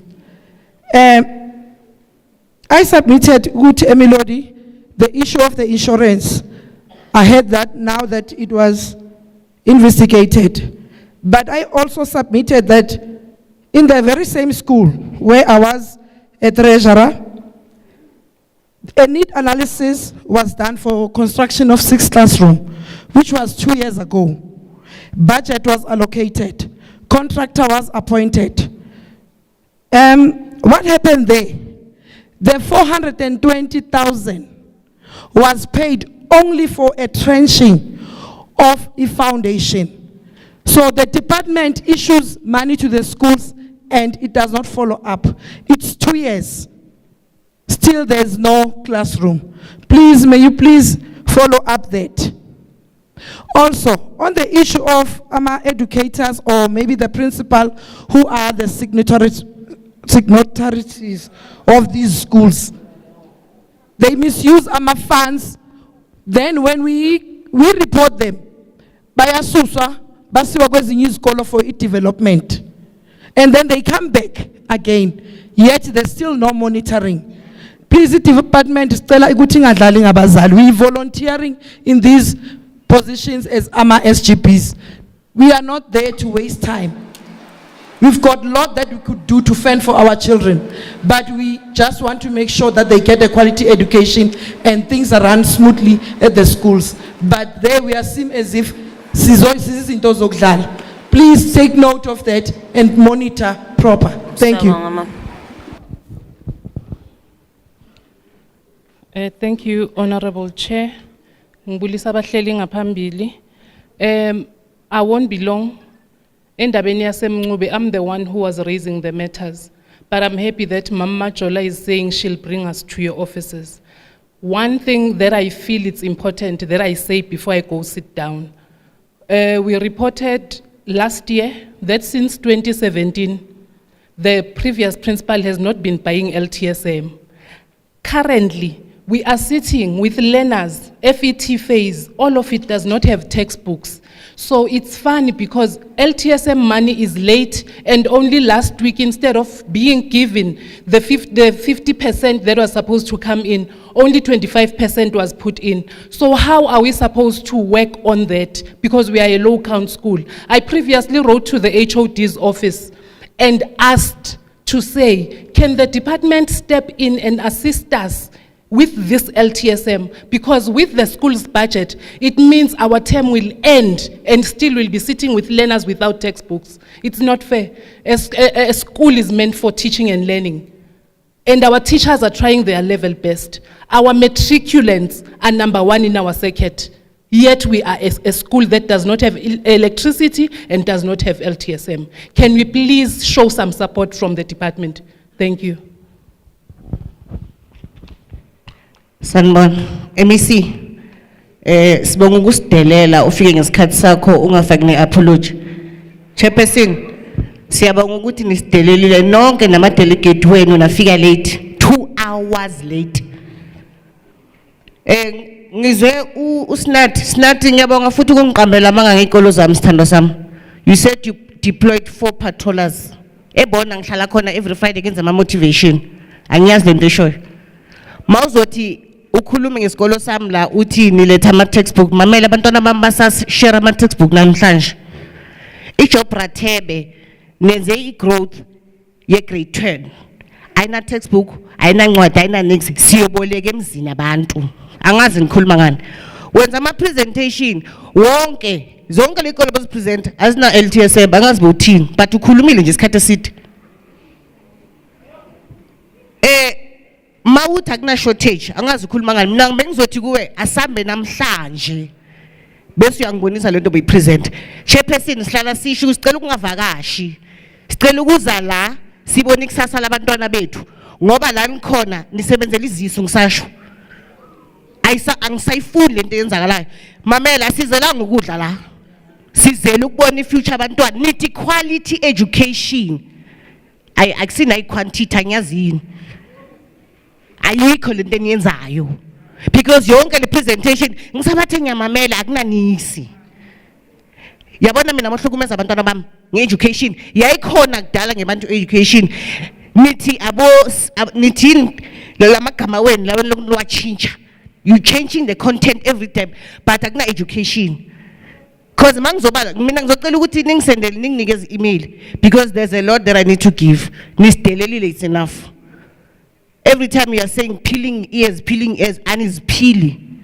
Yabona la bututhe igama lobukhoboka, nisibuyisele ebukhobokeni. Ngicela i-email, I'll submit. Sabonga mama.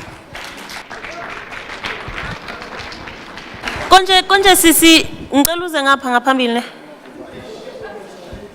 Sanibonani. Ngiyezwakala, okay. Honorable members, sanibonani, MEC sawubona. Sanibona nonke emphakathi. It's Mrs. Mampitla, Mr. Chene. It's Mrs. Mampitla, Mr. MEC from Phakamunula Primary School. Wabana nakhale ke ngwala, wise. Nakhale ke ngwala ko rebile ke kopela le bogisa dikolo tse ba di utlwileng. Wa itse dikolo tse dina ke kopela le mpotso le bolela byang gore le utlwahale. Nna e kutla presentation ha ona Phakamunula mola. Mara khale nna ke ngwala kudala ngibhala ngosami and enhleki I've been complaining ibile ne HOD nabase district sebaze bathi kimi yekela lento yakho yokubhala Sikhathele ukubhala kwakho. And then we are trying ukuthi sibhale because bathe sibhale kunokuthi sivandalize. Uyabona, so angazi ukuthi mina uMC kaningi ngimbona ezikolweni lezi ezivandaliziwayo. And ngiyacabanga ibaqoqela iseduze nePhakamnula. Ibuthi seduze nePhakamnula. Uzezwa kuthiwa uMC bekaye lapho. Ngiyibuthi kanti ukuthi thina ezesikolweni sethu kumele kwenziwe njani. MC ngiyacela mfethu. Ngiyacela ukuvakashela iPhakamnula. Ngiyayicelela ke manje. Hayi izinkinga zasePhakamnula ziningi kakhulu. Kunini ngikhuluma uprincipal uyazi mina ngiyengibuza ukuthi ama policy ngawani, umthetho ngowani uma ngaba zilandelwa lezi zinto. Mafanele zilandelwe akekho nomuntu makwenza ama misconduct akunamuntu otholwa accountable. Khona manje principal lethi ivumile ukuthi yena bekarana imali zesikole even today uye yedwa thina si-SGB nje ehlobisile. Asenzi lutho abazali azange ba-adopt i-budget until today mari isikolo siyarana ngazi kanjani. And then I've been writing Mr. Cheni akusikudala ngenile mara sekathola incwadi zami ngaze ezingakhi. So mina ngiyacela bafethu sihoyeni man. Hayi sihoyeni bafethu before sonakalisa kudala uMC unama voice note wethu kudala simsendele ukuthi kuze konakale akezi ngithi mfethu mina ngiyacela yazi. Ngiyayicelela yazi.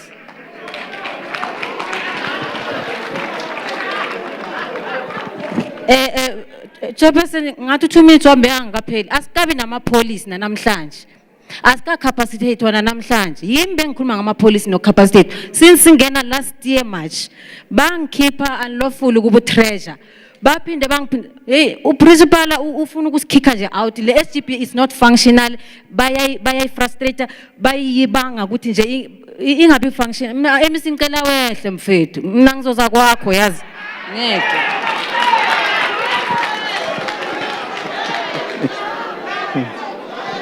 Yeah. Sanibonani mphakathi. Igama uThabango kwamabasa Thango. Ngibuya Mayfield extension 5 Ward 96.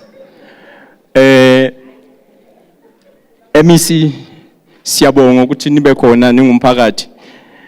Nizozwa ikhalo zomphakathi. So namhlanje sibuya extension 5 umphakathi wasemina nawe ubu about ukuprotesta lapha yana eMayfield extension 5 Ward 96 lapho okwakhiwa khona iMayfield Primary School ezophela 2027 March somewhere there. So we tried intervene ke ukuvimbela i-protest leyo bezoyenzeka because bakhala ngokhansela uStainus Mashala os appointele iCLO yakhe waphinda futhi urana isikolo as if he's running his own sponsor shop, not really isikolo, project as a whole, yes school. So that's what the community is complaining about. So before bekuzoba na any form of toy or whatever that was about to happen, we tried and said sicela si intervene, si attend maybe some other ways in which kungasitryeka ukusolveka le problem le. We went to POC, like Davidton Mall, and then which is the one that directed us ukuthi namhlanje there's gonna be this kind of sitting. So all what we are asking is abahlali basemina nawe concerns resident is that please sicela ni intervene before kwenzeka any form of ama mistake angenzeka ukustopa kwama project as MEC bengimlalele ekhuluma ukuthi it's what he wouldn't like to see happening. Instead ufuna ukubona progress yezikolo and then development. So we are not going to allow a situation whereby ukansela uye manje who's telling the community how much of a project, how many people are needed, over and above kudingeka abantu abayingaki. On top of that, the CLO I appointed when the community si intervene ngayo sibuza some relevant question ngokuthi senzeka kanjani zonke lezi zinto community ekhala ngazo usisi uthi andazi, which means akazi nix about what is happening. It's just somebody who was placed there to understand and running of a project, because yonke into ayishoyo uthi ukhansela andingamboni ukhansela usazothetha uzathi sayesethethile ndazi ukuthi ufuna abantu abayingaki. Over and above ke kunabantu that are called foreign nationals abaphakathi kwi project which community is complaining about. So siwarazile ke wonke ama concern around this petition ebesithi sizoyifaka lapha yana ku PCO ukuthi as a community besicela ukubona I youth kule project lapha yana I developwa nge SETA accredited skill development as bricklayers, as tilers, as plumbers, and all sort of trainings that are happening there. Same time, ukubona I community kuyiyo dominator in terms of employment as well as ama SMEs. Instead, lapayana kukhona abantu aba selectwe I company, abantu aba selectwe ukhansela, so to say. So we are really asking for that MECs and your team to intervene as soon as possible, because if not, asazi what could happen next, and we also don't want to see. I think yesterday, the president was just asking that kuma councillors, if you're not coming right to community. Siyabonga. Amandla. Ngizobulisa bonke abakupanel ngibulisa umphakathi at large. Mina MEC, I have 3 questions. One, why is the department not hiring professional teachers? Why is the department is considering the so-called contracts? How are they going to build their future with 6,000 rands? December time is the month for criminals to steal and vandalize. Why the department doesn't create jobs for community to watch 24 hours till January for job creation? And one other thing, I have a problem ngabo auntie be food whatever. I don't know whether they are opening the spaza shops or what, because ukudla kwabantwana akuye bantwaneni kugcwele lokishini ama tin fish nama I don't know what is happening there, and it's not one school. Most of the schools abantu abasebenza khona ngicela nje ukuthi kube khona angazi kube nje strict ngabo auntie ngoba angiunderstand ngokudla kwabantwana kwenzakalani. Kunama underprivileged homes abakudinga ngempela ukudla abantwana bathi kugcwele elokishini. I thank you.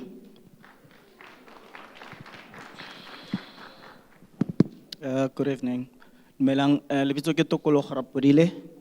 Ke tswa ko Sanko, heading the desk at education in Davidson zone.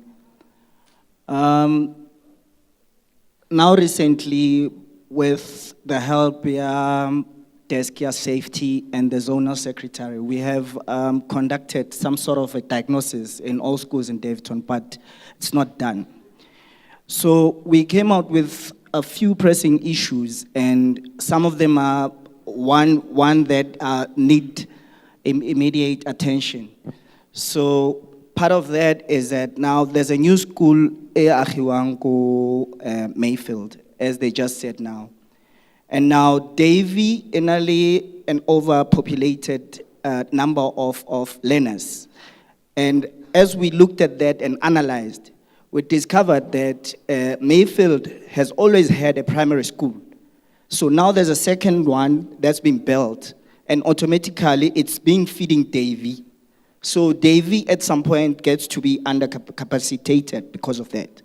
So that's one of the analyses. We'd like the department to look at resolutions towards that, because it's going to cause problems when now 2 primary schools are feeding one because it's the closest high school.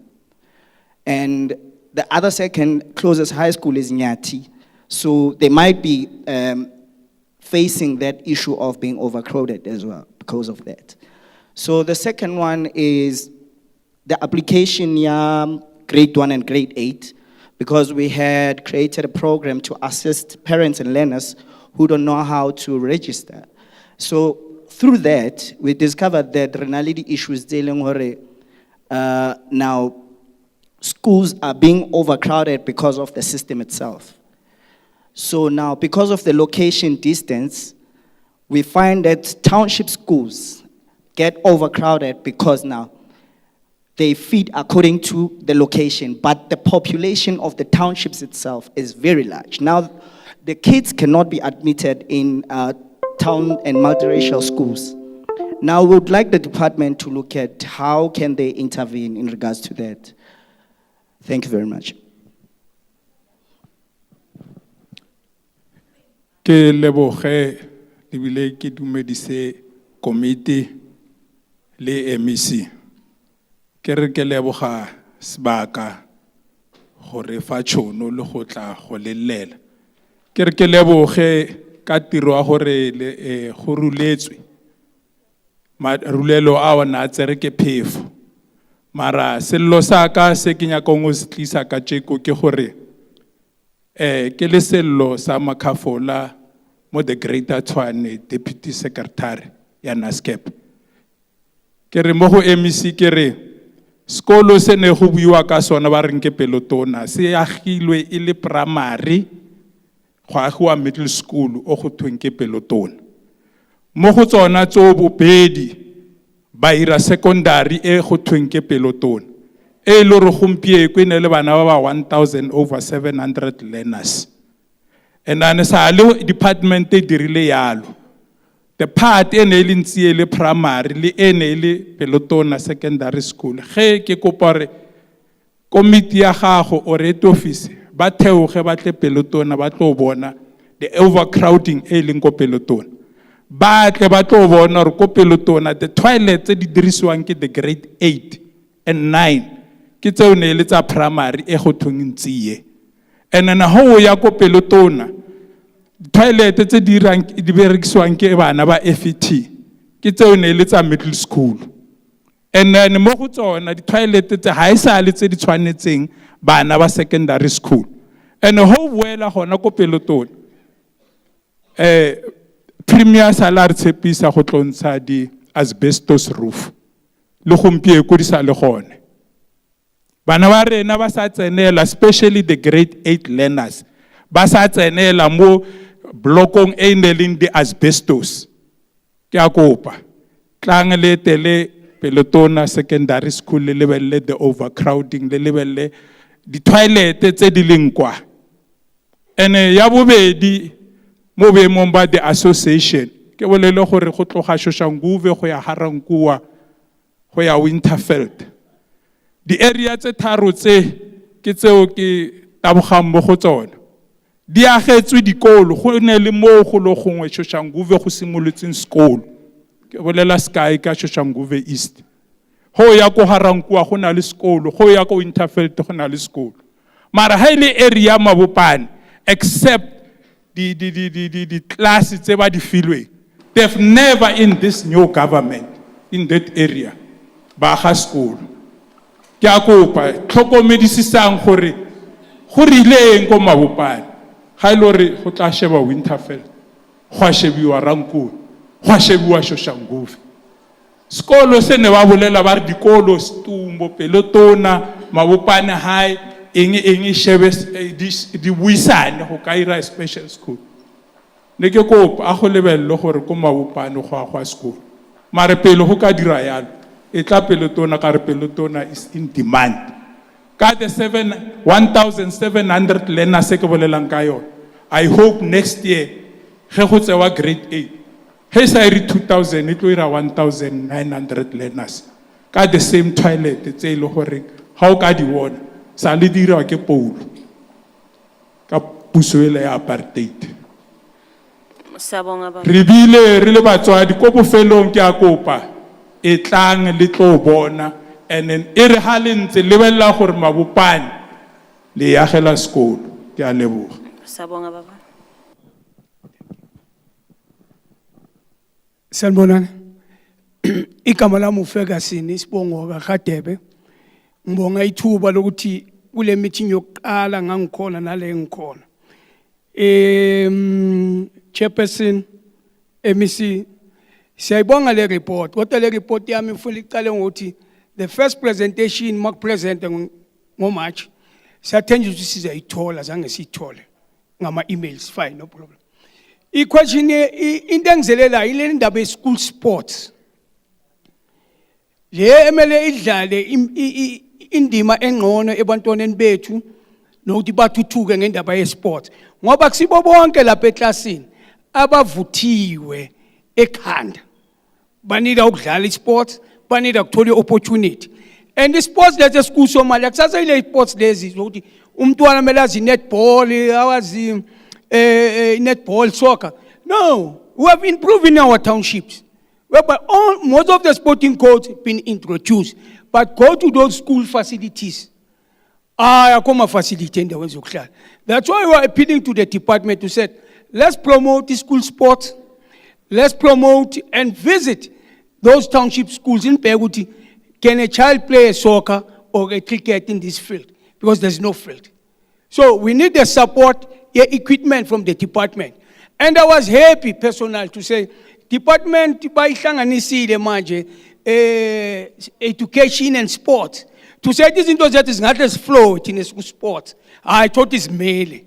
But again, we are saying to the department, Joe and Cole and the portfolio committee, take it up these things so that abantwana bethu mabayodlala or batholi thuba. School Wednesday is very important.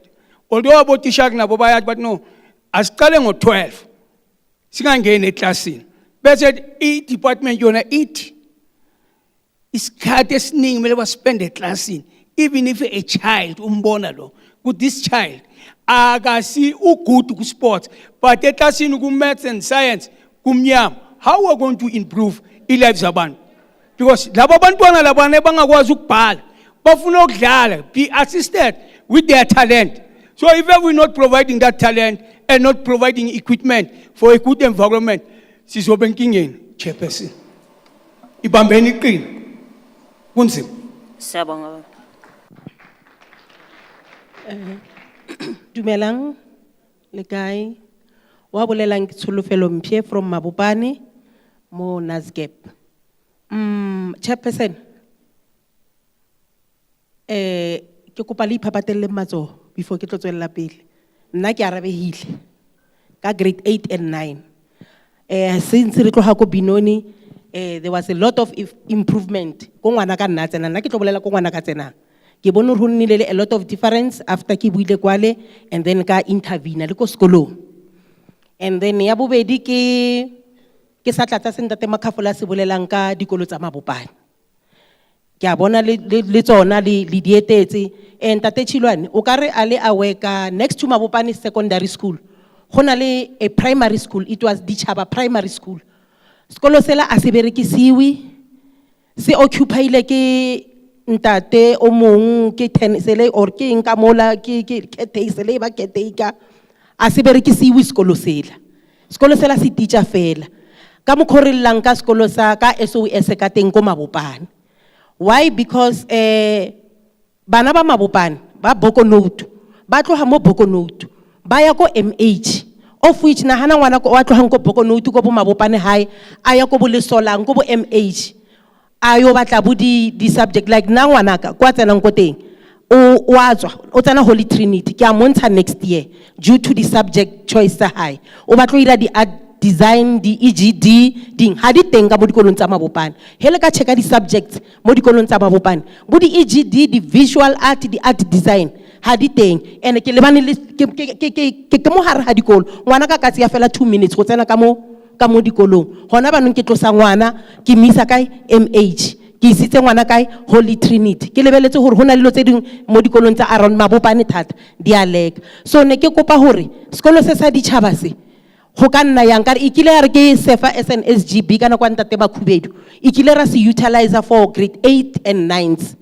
so ebe le hore ha ba sa tlhola se utilizewa bana ba a ke tse hore ne le ka taba ya role or bjang mara sa teacher ke se khwasisile ke sekolo se teng se ileng hore se ka lokisiwa sa be sa gore sanna pile engwe question ke hore ntate Chilwane ntle le gore sekolo in school of specialization dikolo tsa rena ko Mabopane tse 5 ha go khona ha le gore di introduce tsona di-subject tsa o tshwana le bo di-EGD tseo di-visual art king di batlo re be ke a botsisa gore tshwanetse sekolo ibe school of specialization e pele oreng because nna ma teacher ke engage tse le bona ke ba botsa ke re mara goreng le sa iri 1 2 3 bona ba re botsa gore bona a bana di resources department ha ena chelete department e re so a re ha ba re botsa maka bona le rena re kise maka bona mo lona le re khone go thusega ke a leboga. Thank you, Mama. Dumelang, lebitso ke Regileng wa Maimel. My 2 minutes start. Thanks for the report, acting DDG. I'm rejecting the report based on the following reasons. With the request to sit with the HOD directly, not the MEC, the HOD. I can see there's no appetite about Ivory Park Primary School.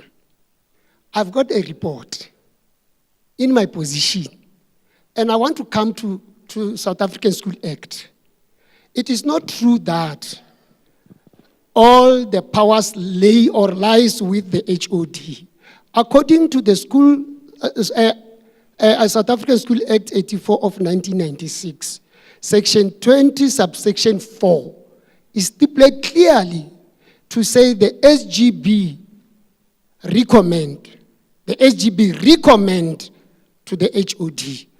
Coming to the Employment of Educators Act 76 of 1996, from Section 6 up to Section 9, is stipulated clearly to say, before the HOD consider the recommendation of the SGB, should he not get satisfied on the recommended orderly candidate, will reject or must reject that recommendation back to the SGB with the reasons.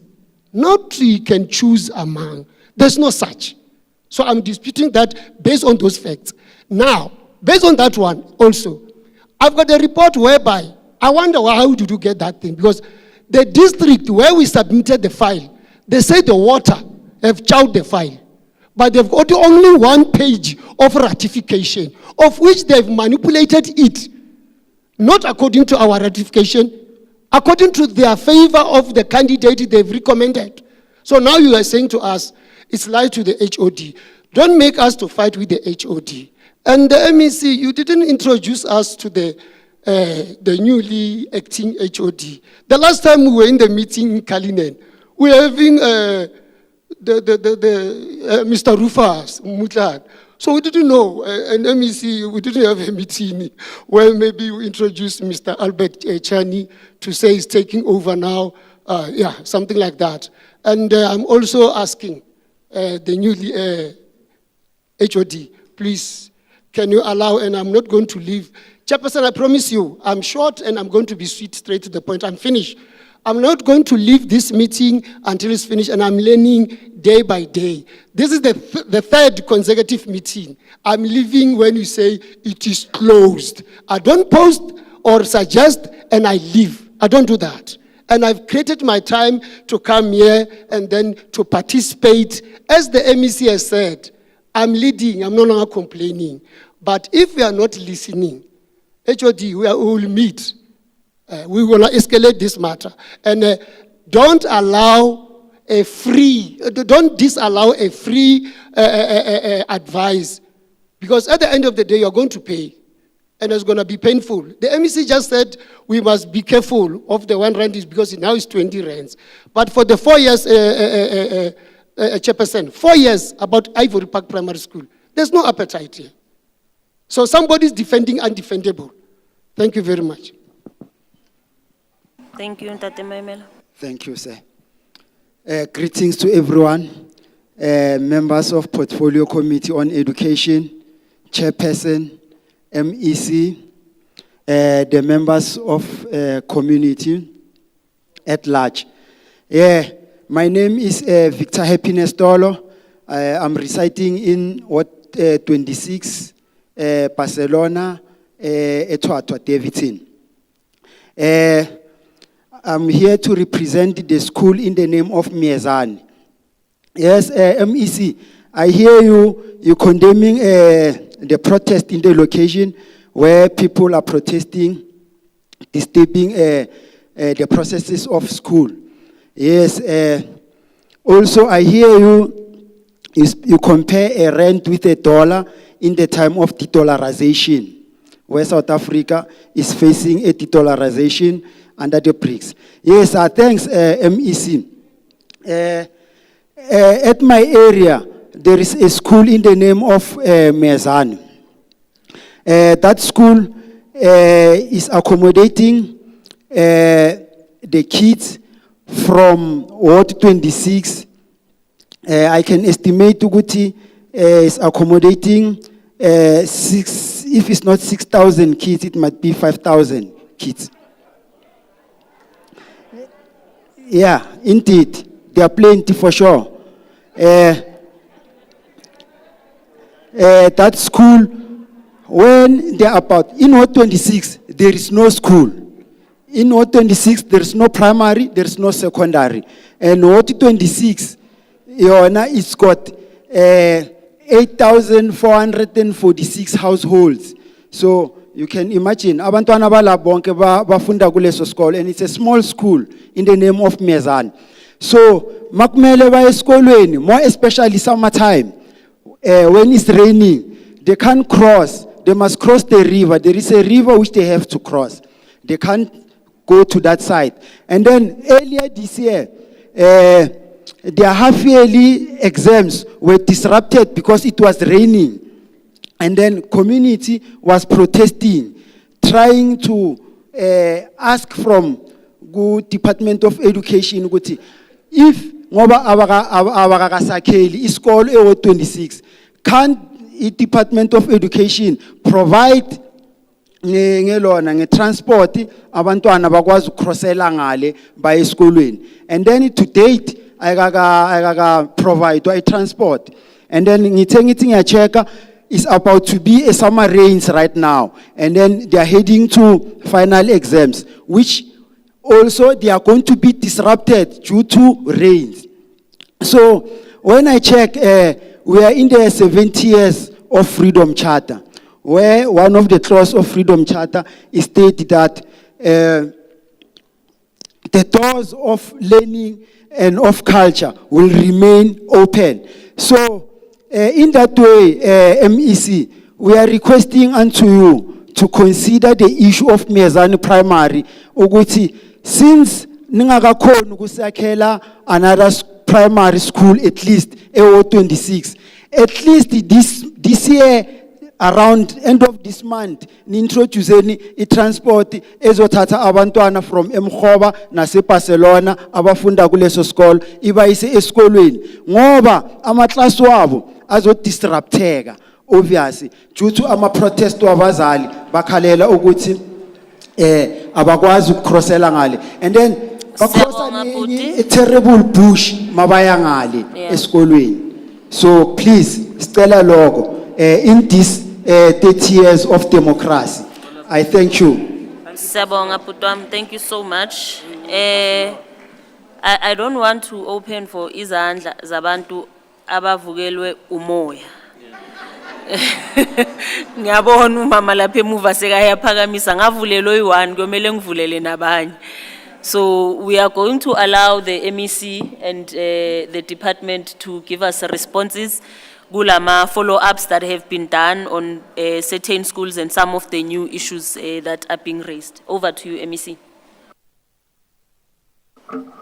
Thanks, Chair. Let me first appreciate the questions and the concerns, and to a large extent, the feedback from the stakeholders, the parents, and so forth. Some of these questions, if the HOD is able to respond immediately, or any of the directors I've brought, I'll give them a chance, because some are very specific.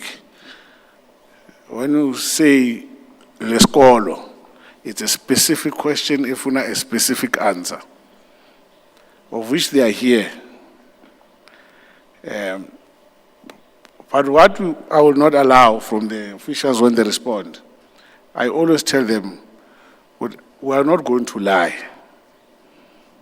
just to buttress the situation. Facts are facts. We need to communicate the truth to the public, to the stakeholders at all times. It's better they know the real situation that is confronting the department, as opposed to the one that is a mirage, is not there. So every response that we give, and every response that I expect of them, should be the truth. And I know some of the stakeholders were speaking about not telling the truth about certain schools. It's something that worries me. I will get the information, which are those particular schools they were talking about. But let me just get to those that I can quickly rush through because of time as well.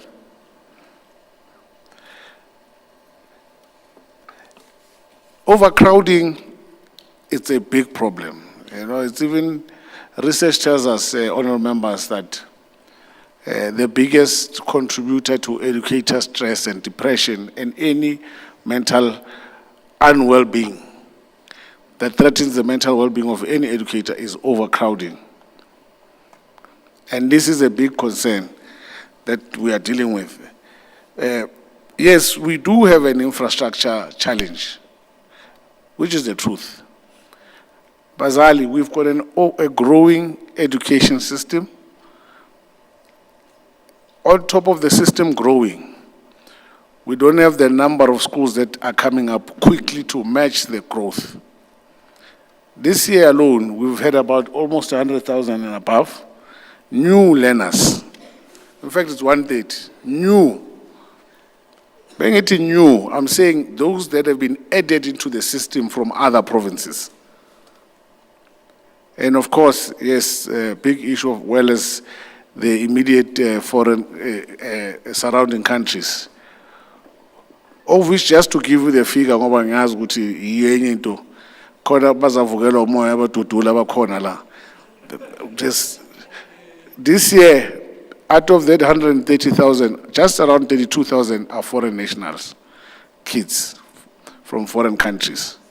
But 98,000 are from the surrounding provinces. And the biggest contributor is KZN, followed by Limpopo, and also the other surrounding Northwest, Eastern, and Eastern Cape. Those were the large number of population.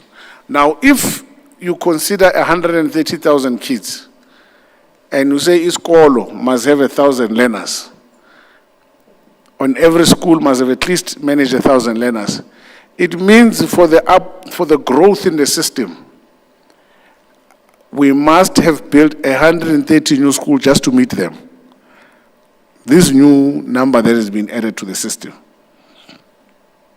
If we are building a new school. All right? I just want to bring that picture to you of what is confronting the department.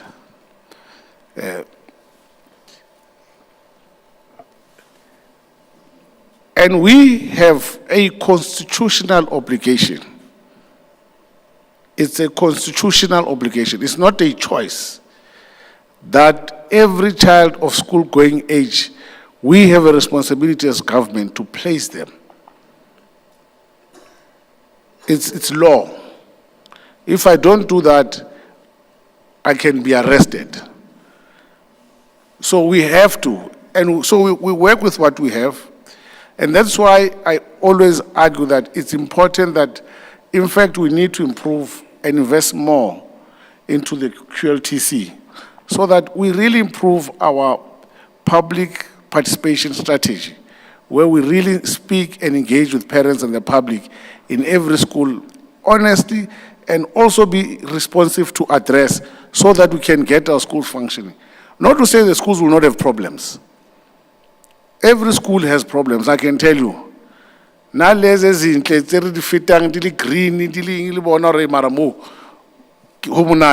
school has problems, I can tell you now. Every school has a challenge, one, but they differ. Those particular problems. So, the issue around unity and self-build, Reggie will respond as to where's the money. But the issue of self-build, colleagues, issue of self-build. One parent came here and said, they spent 420,000 ukupumkot a trench. That is theft. The fact that you stood here proudly and say we could only build 2 trenches for 420, 420,000. Honestly, I mean, as they must be warriors. Because 420,000, it's a lot of money for a classroom. You know the issue of self-built. Honestly, the 500,000 location that we set aside for a classroom, in Mali. 500,000, I mean, the new houses that have been built, that have been improved, the RDP houses, the 4-bedroom, they cost 330,000. It's a 4-bedroom, it's got geyser, it's got this, 330,000. We are saying a school, yes, 500,000, go and build a classroom. You come back to me and say, I spent 420 to Ukupumkot. The next thing that I'm going to say to you, I'm going to send an investigation. Someone must be arrested there. Because it cannot be. And this is a problem that I've seen self-built in some of the schools. I went to one school at City West, just unannounced. I also do unannounced honor members. Bengingena, aboni blue light, principal. Somebody staff, but blue light guy misi yangena, who corner around here. When I moved this side of the school, Enupumangali,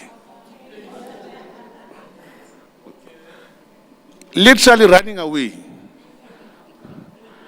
And the issue that was running away from more than anything is a self-built.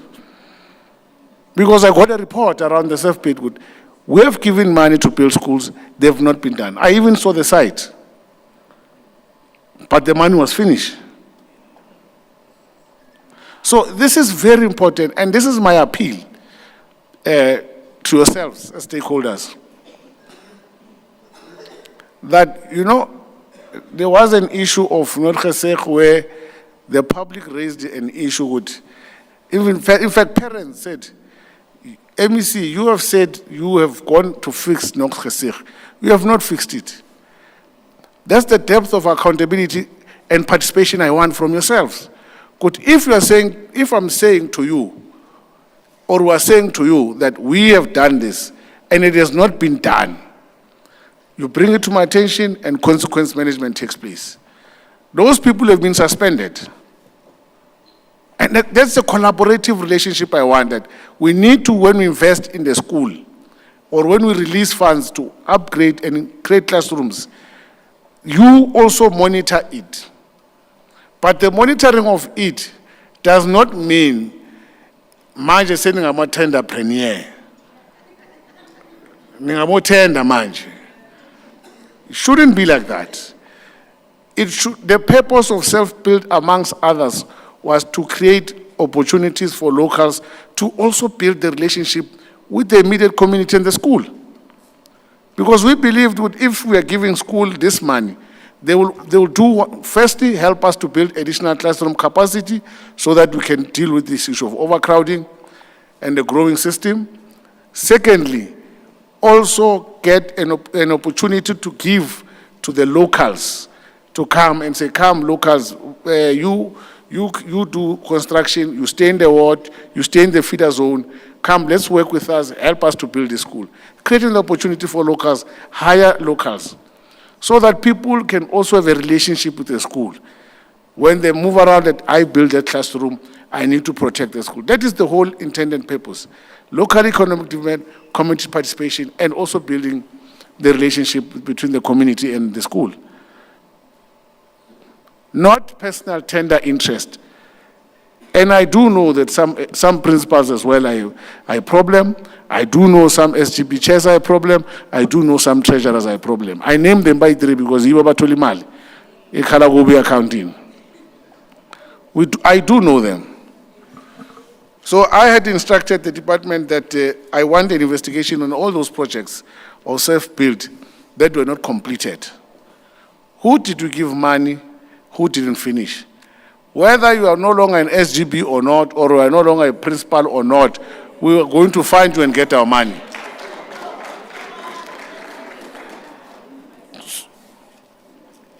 So that is around the building additional school. But we will look into the specifics. Like I said, they'll respond to it. Late placement of learners and nutrition. Let me explain this thing. This is very difficult. We don't place children late. There is late placement for those who apply late, who come in January. I mean, if a child comes in January, I mean, for example, on the first day this year, we had over 25,000 kids who just appeared in our schools. Because you know, when we plan for the number of learners that we have placed during the placement period, also to end of the year and beginning of the academic year. But if you get 25,000 from nowhere, you don't know where they come from, you don't have their details, they're there at your doorstep. That's the latest that we talk to. But also further, the budgeting process. The budgeting process, how it works, we receive the grant for this academic year based on the budget gets passed in April.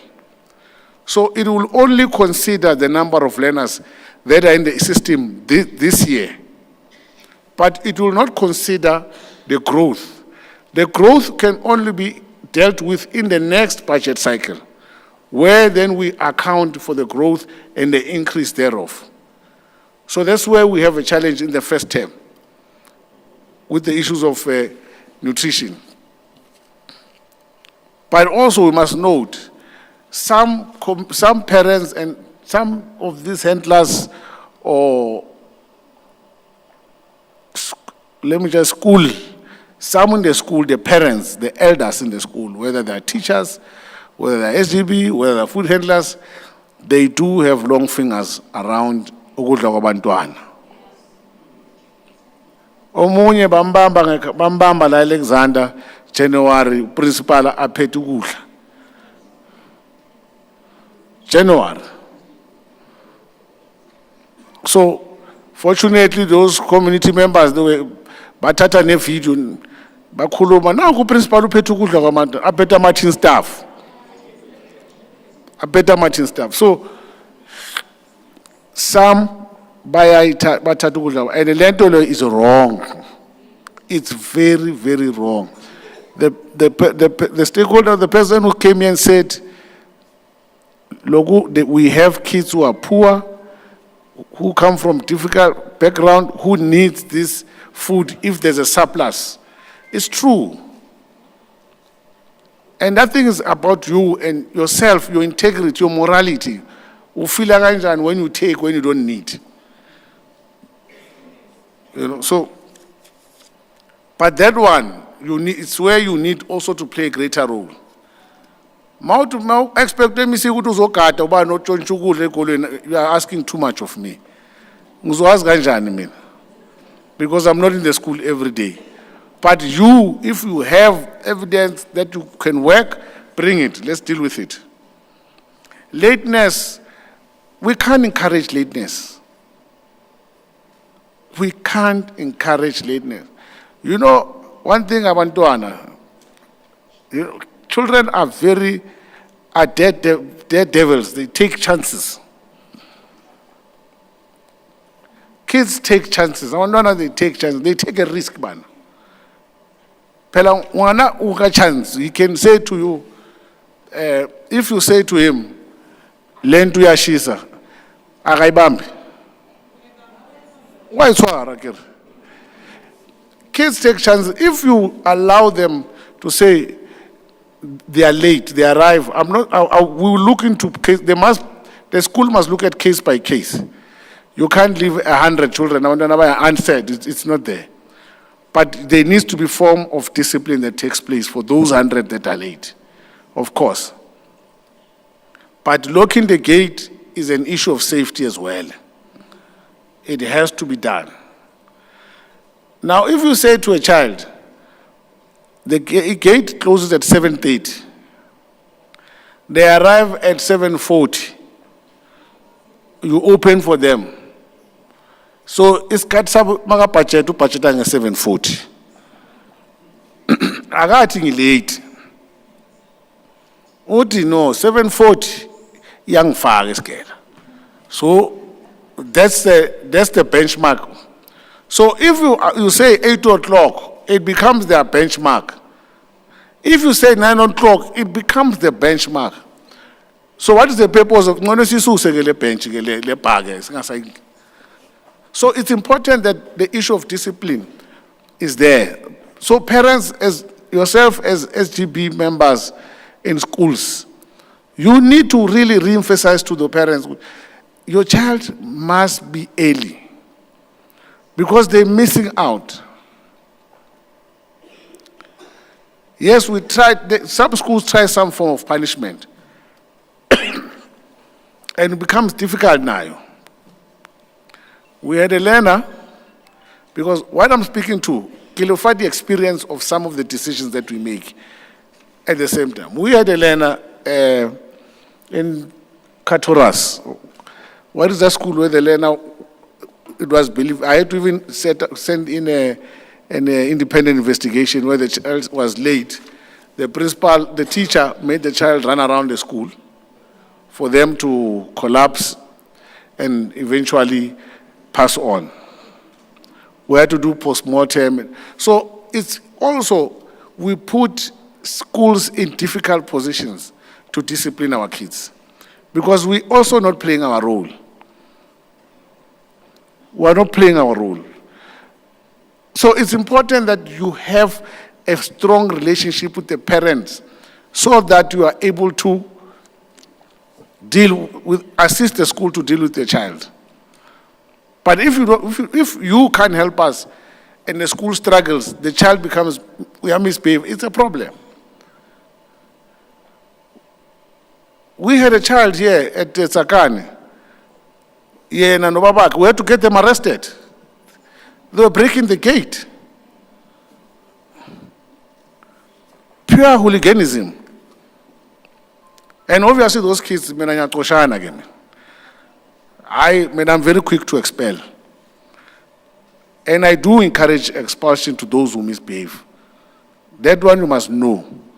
That with regard to disciplining the child, I will not allow one rotten apple to spoil the whole bag. Some kids go to school to fight for their future.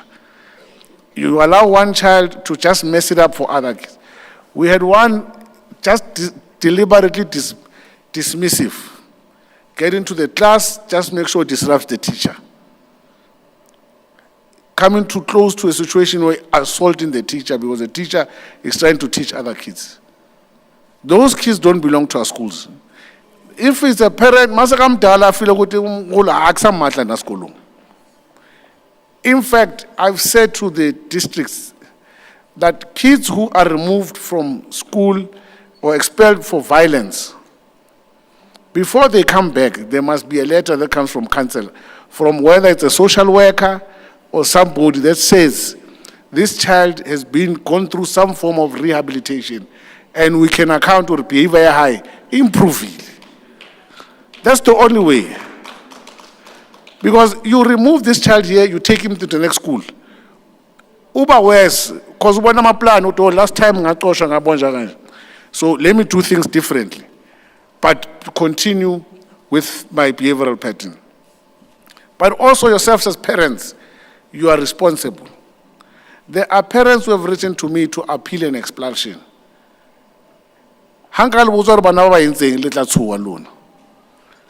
These kids are grade 11s. They find the grade 8 by too late after school. They bank foster these children, these grade 8, to perform oral sex, kibashiman, to themselves, amongst themselves, the boys, and video them. And then Mutswadi ukhona ngala appeal or no. It means what? That to me is like we are mad. Here's evidence, your child kill. What's here, what's here? It's satanism to a large extent, then you. Kima demon, I like to say that. So that's why I'm saying, when we say we need you to play your role, we really do need you to play your role in supporting. But also, we must also address our issue. The issue of Ngube, of electricity, they will tell me, I'm sure it's generator in Kenya, but you will respond, the HOD, to Ngube.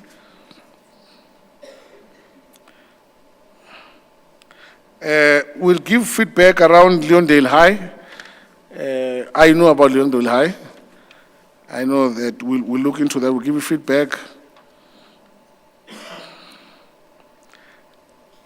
Pakamola. Mola or Molo? Oh yeah, Pakamola. Yeah, Kitata Skolum.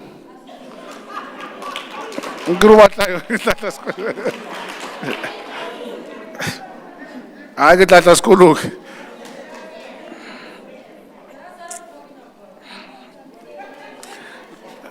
Issue of Mayfield, the new school, and I understand the one who came and said Davy feeding into Davy.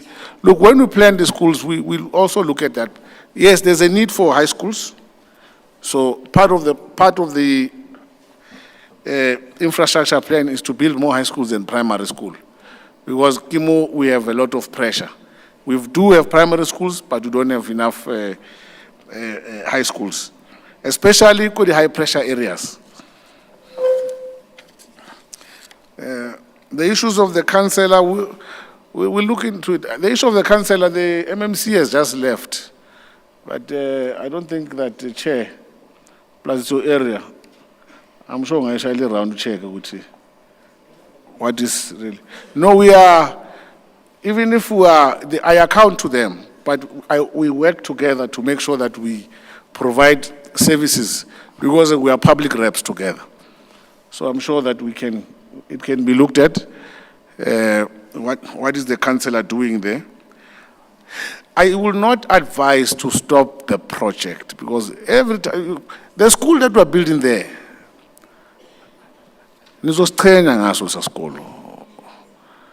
so if you delay it, I don't know. But if the quality that is going to come up there, it will be the quality of the schools in Benoni, Njengalis, just like the school. So what we are building there, I will not advise you, and I'm urging you, don't disrupt the working of the project. But if there's a need for engagement, my team is here. Nami, I will send my officials down to go and have a look at what is the issue that is really is being raised. It's your concern, but they are also on standby. When we leave here, abahamba until ngena qale emotweni. So manisang bambile bamile. So they won't leave until they see that I'm gone. So they'll have to respond to those issues. Creating jobs is our biggest program that we are dealing with. That is why, if you listen to the Premier, asawafuna matenda. Asawafuna matenda. If there's anything they will tell you, RFQ, I don't want that thing. So the Premier, we've started to train young people who were training them in artisanal skills, in trade skills. So those young people that we have taken recently, it's around 2,600 of them. We'll be training them in our different schools, technical schools, for different skills, whether it's electrification, whether it's plumbing, whether it's construction, different skills. These young people that we are keeping them for 24 months or whatever period, when they leave, It's the first batch, it's not the end. We are starting with them. Because remember, when you do a project, you need to start small so that you can deal with the teething problems. But where are the problems? What should we do so that we get it? But once we get it rolling, we're going to be getting bigger and bigger number. These young people are the ones that we're going to be deploying to go and fix the plumbing issue in our schools, our hospitals, our public infrastructure, including our roads, potholes. We will not need a tender to fix a pothole. We will not need a tender to fix the traffic lights.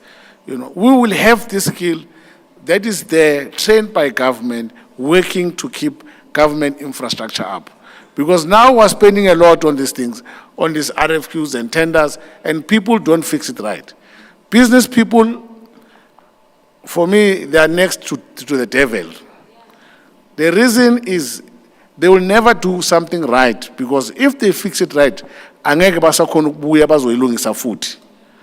So they always do shoddy jobs, so that we always call them back to come and fix the same problem over and over and over again. And haona tswelopele in that case.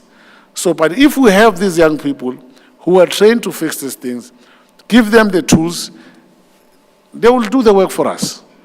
That is the plan. So we are starting with the 2,600. That's part of job creation.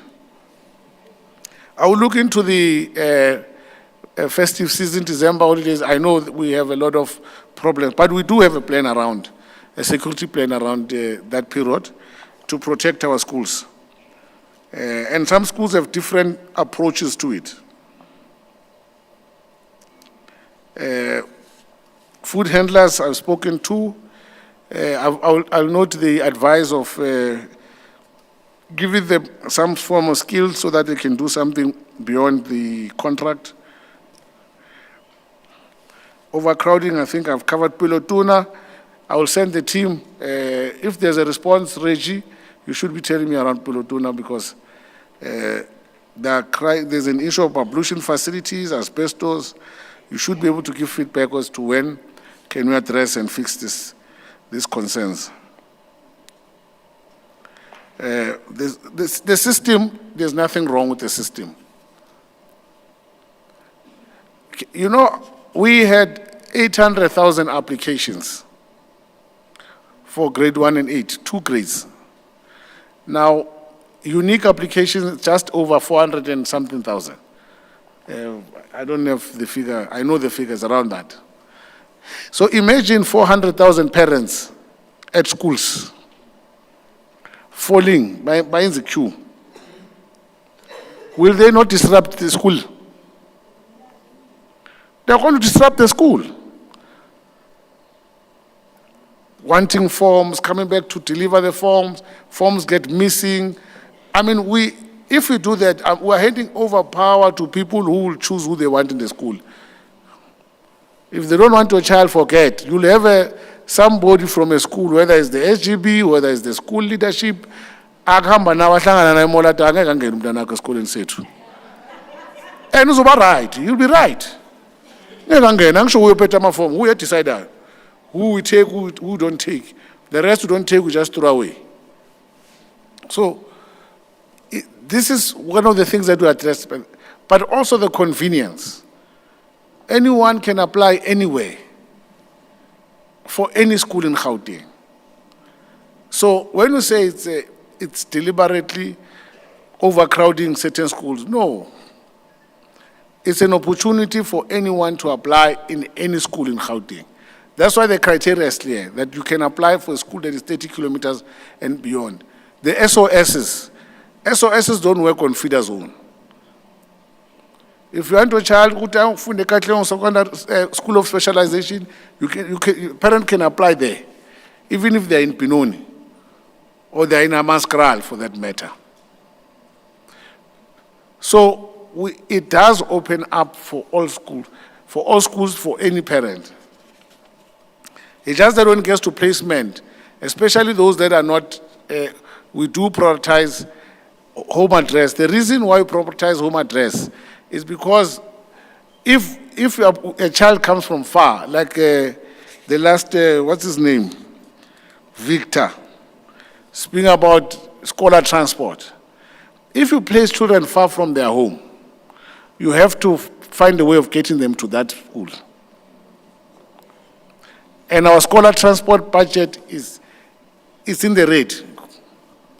We are transporting more learners than even rural provinces, more than KZN, which KZN is very rural in terms of schools be here,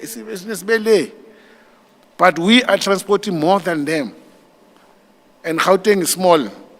So it's important that we place kids closer to where they stay so that they can walk to school.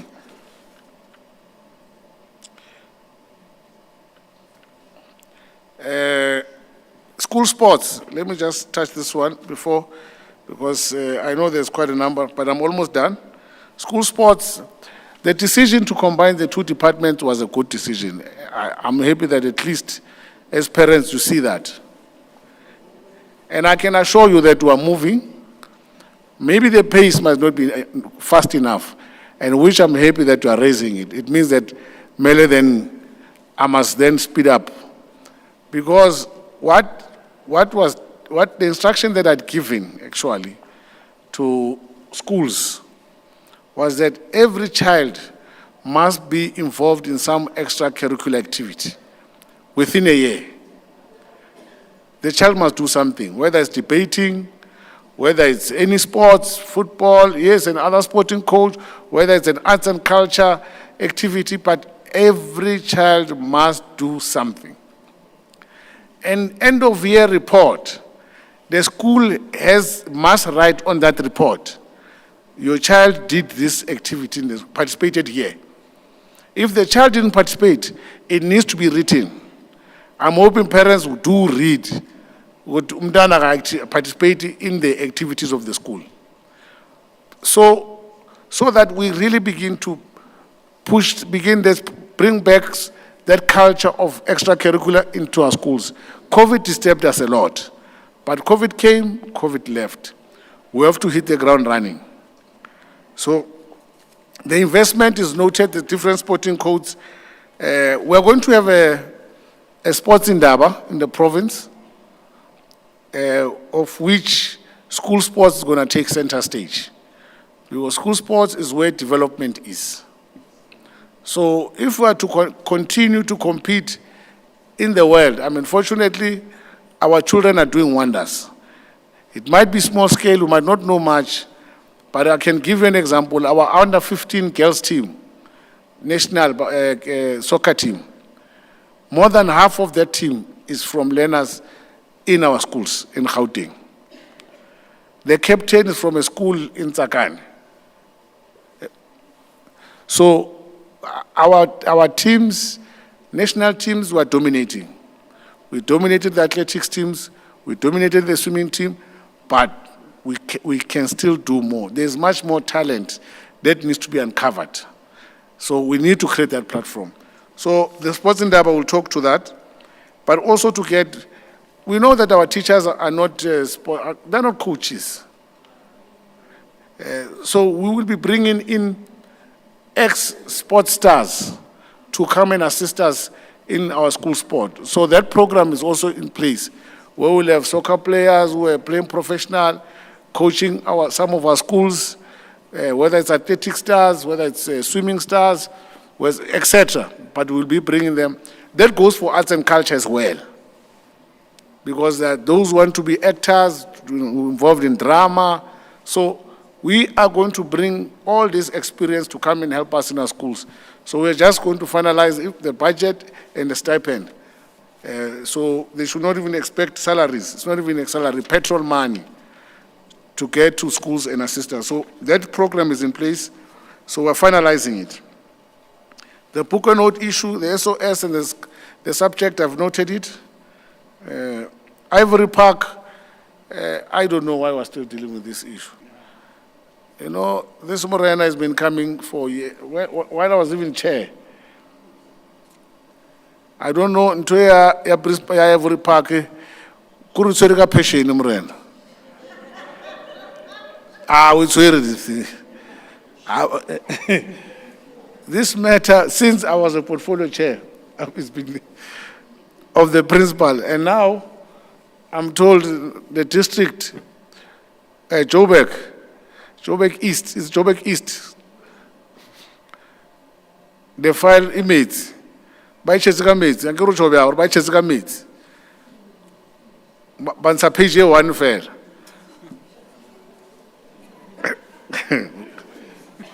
So it showed you, no, they showed you who really. Right. But overall, colleagues, there's no school, Victor, ever done by 6,000. It's not a university, this thing. I mean, you see this thing of analyzing, uba mathematician, jela power, uba labantu ngamehlo, udala by 6,000 now. It's not there. But the concern that you have raised, I know about the school. The chair of the portfolio has been brought it to my attention. We're looking at different ways to ensure that we support the school. But some of the issues, as I conclude, is the municipality. If I can tell you the municipality what it says, there's a school where we need water, a reservoir. The municipality says to us, House Akele, just build us that reservoir. It's not even our responsibility. We don't even have the money for. There's a school where access, there's no road. The municipality says, build us that road. These are some of the demands that we are getting from municipalities. So some of the services that Nikalangas, that you are complaining, Maspala is at the center. And I've not been shy. I'm saying this to you because I even tell the mayors when I get a chance. And I can tell you the biggest problems. The biggest culprits that I have to frustrate us in our schools, chair, is Ekuruleni. Ekuruleni is just a general problem. They switched off schools because of rates and taxes. Not because schools were not paying their electricity. Mara, because of DID was still negotiating the rates and taxes, they switch off the schools because they don't want us to investigate the rates and taxes bill because they are overcharging us. So that they divert us, they just switch off about 90 schools. Some municipalities are very progressive, they're really helpful. Some are not. Ekuruleni is not one of them. Much more can be done. I was telling the MMC here for energy, you guys are giving me a problem, you. Tshwane, relatively supportive. Joburg, because of ESCOM, there's an ESCOM aspect as well. That is giving us problems there, but they really try wherever they could. The only problem with all of them, especially the metros, is the billing system. As much as they can say they overcharge a family, can you imagine how they see a school? They see money, and they overcharge us. So those are some of the things that we are dealing with. I'll give to the HOD, just to the technical ones, but thank you very much. HOD.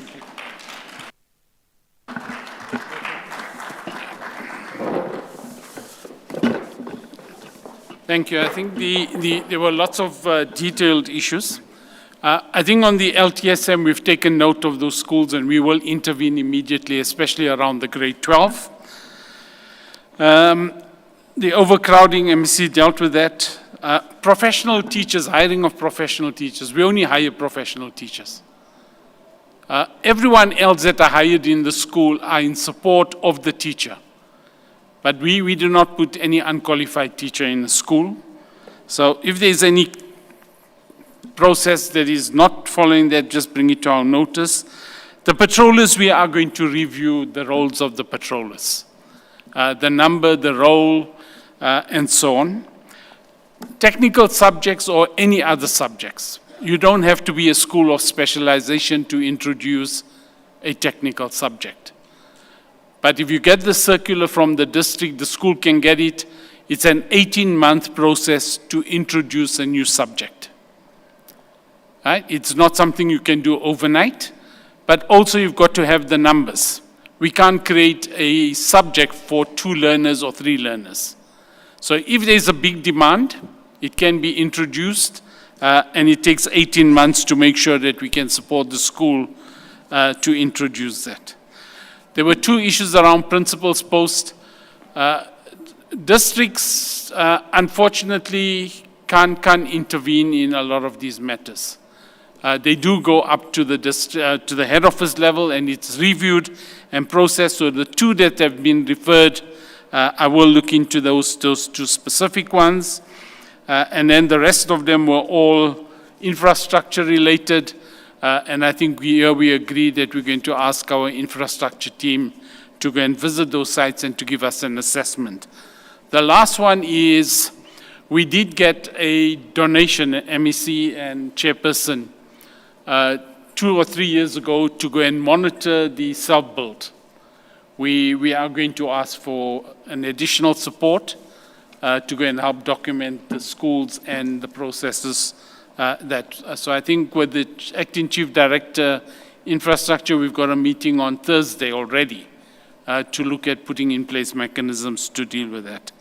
I think that covers all the themes that were there, and then we will deal with the specifics. We've taken notes, and we will deal with those on a case-by-case basis. Thank you. I think back to you, Chair. Thank you very much, MEC and the HOD, for those responses. There was an indication, colleagues, that specific cases that colleagues do feel have not been answered. We are going to share also the email address of the new HOD acting. Those of you that maybe do not have it, maybe if HOD, you can just assist, give out the email address so that they can write it down, or do you want to give them your, or maybe you can just announce it. We can put it in. Or we'll just write it down, those that want it, bazoyithola la phambili. So that anyone that would want to have a way to contact the office of the HOD then is able to in other matters that they want to address. But I do believe that quite a number of colleagues, because it's people who are stakeholders that have consistently been in education, have been with him even when he was a DDG. So some of you might have his contact details. But we really want to, let me check with members if there's anything that you would want to raise, maybe to the MEC and the HOD in relation to today's session. Okay, in the absence of that, colleagues, we are going to draw closer to the end of our meeting. We want to appreciate all our stakeholders for being here since around 1 o'clock, which is the time that registration was happening, and for the patience that you have displayed today. Thank you for the fruitful engagements, for also enriching where there was a need to, in terms of the presentation that we received from the department. We do believe, colleagues, that it's quite important for us, whilst we have engagement sessions with you, to also come back and have feedback sessions so that at least you would know whether or not some of your issues have been resolved. But I do think that the MEC has tried to cover quite a lot of ground, and we had brought the department to yourself so that they are able to come back and answer your questions. With that being said, colleagues, we would like to declare our meeting officially closed. Thank you very much until we meet again.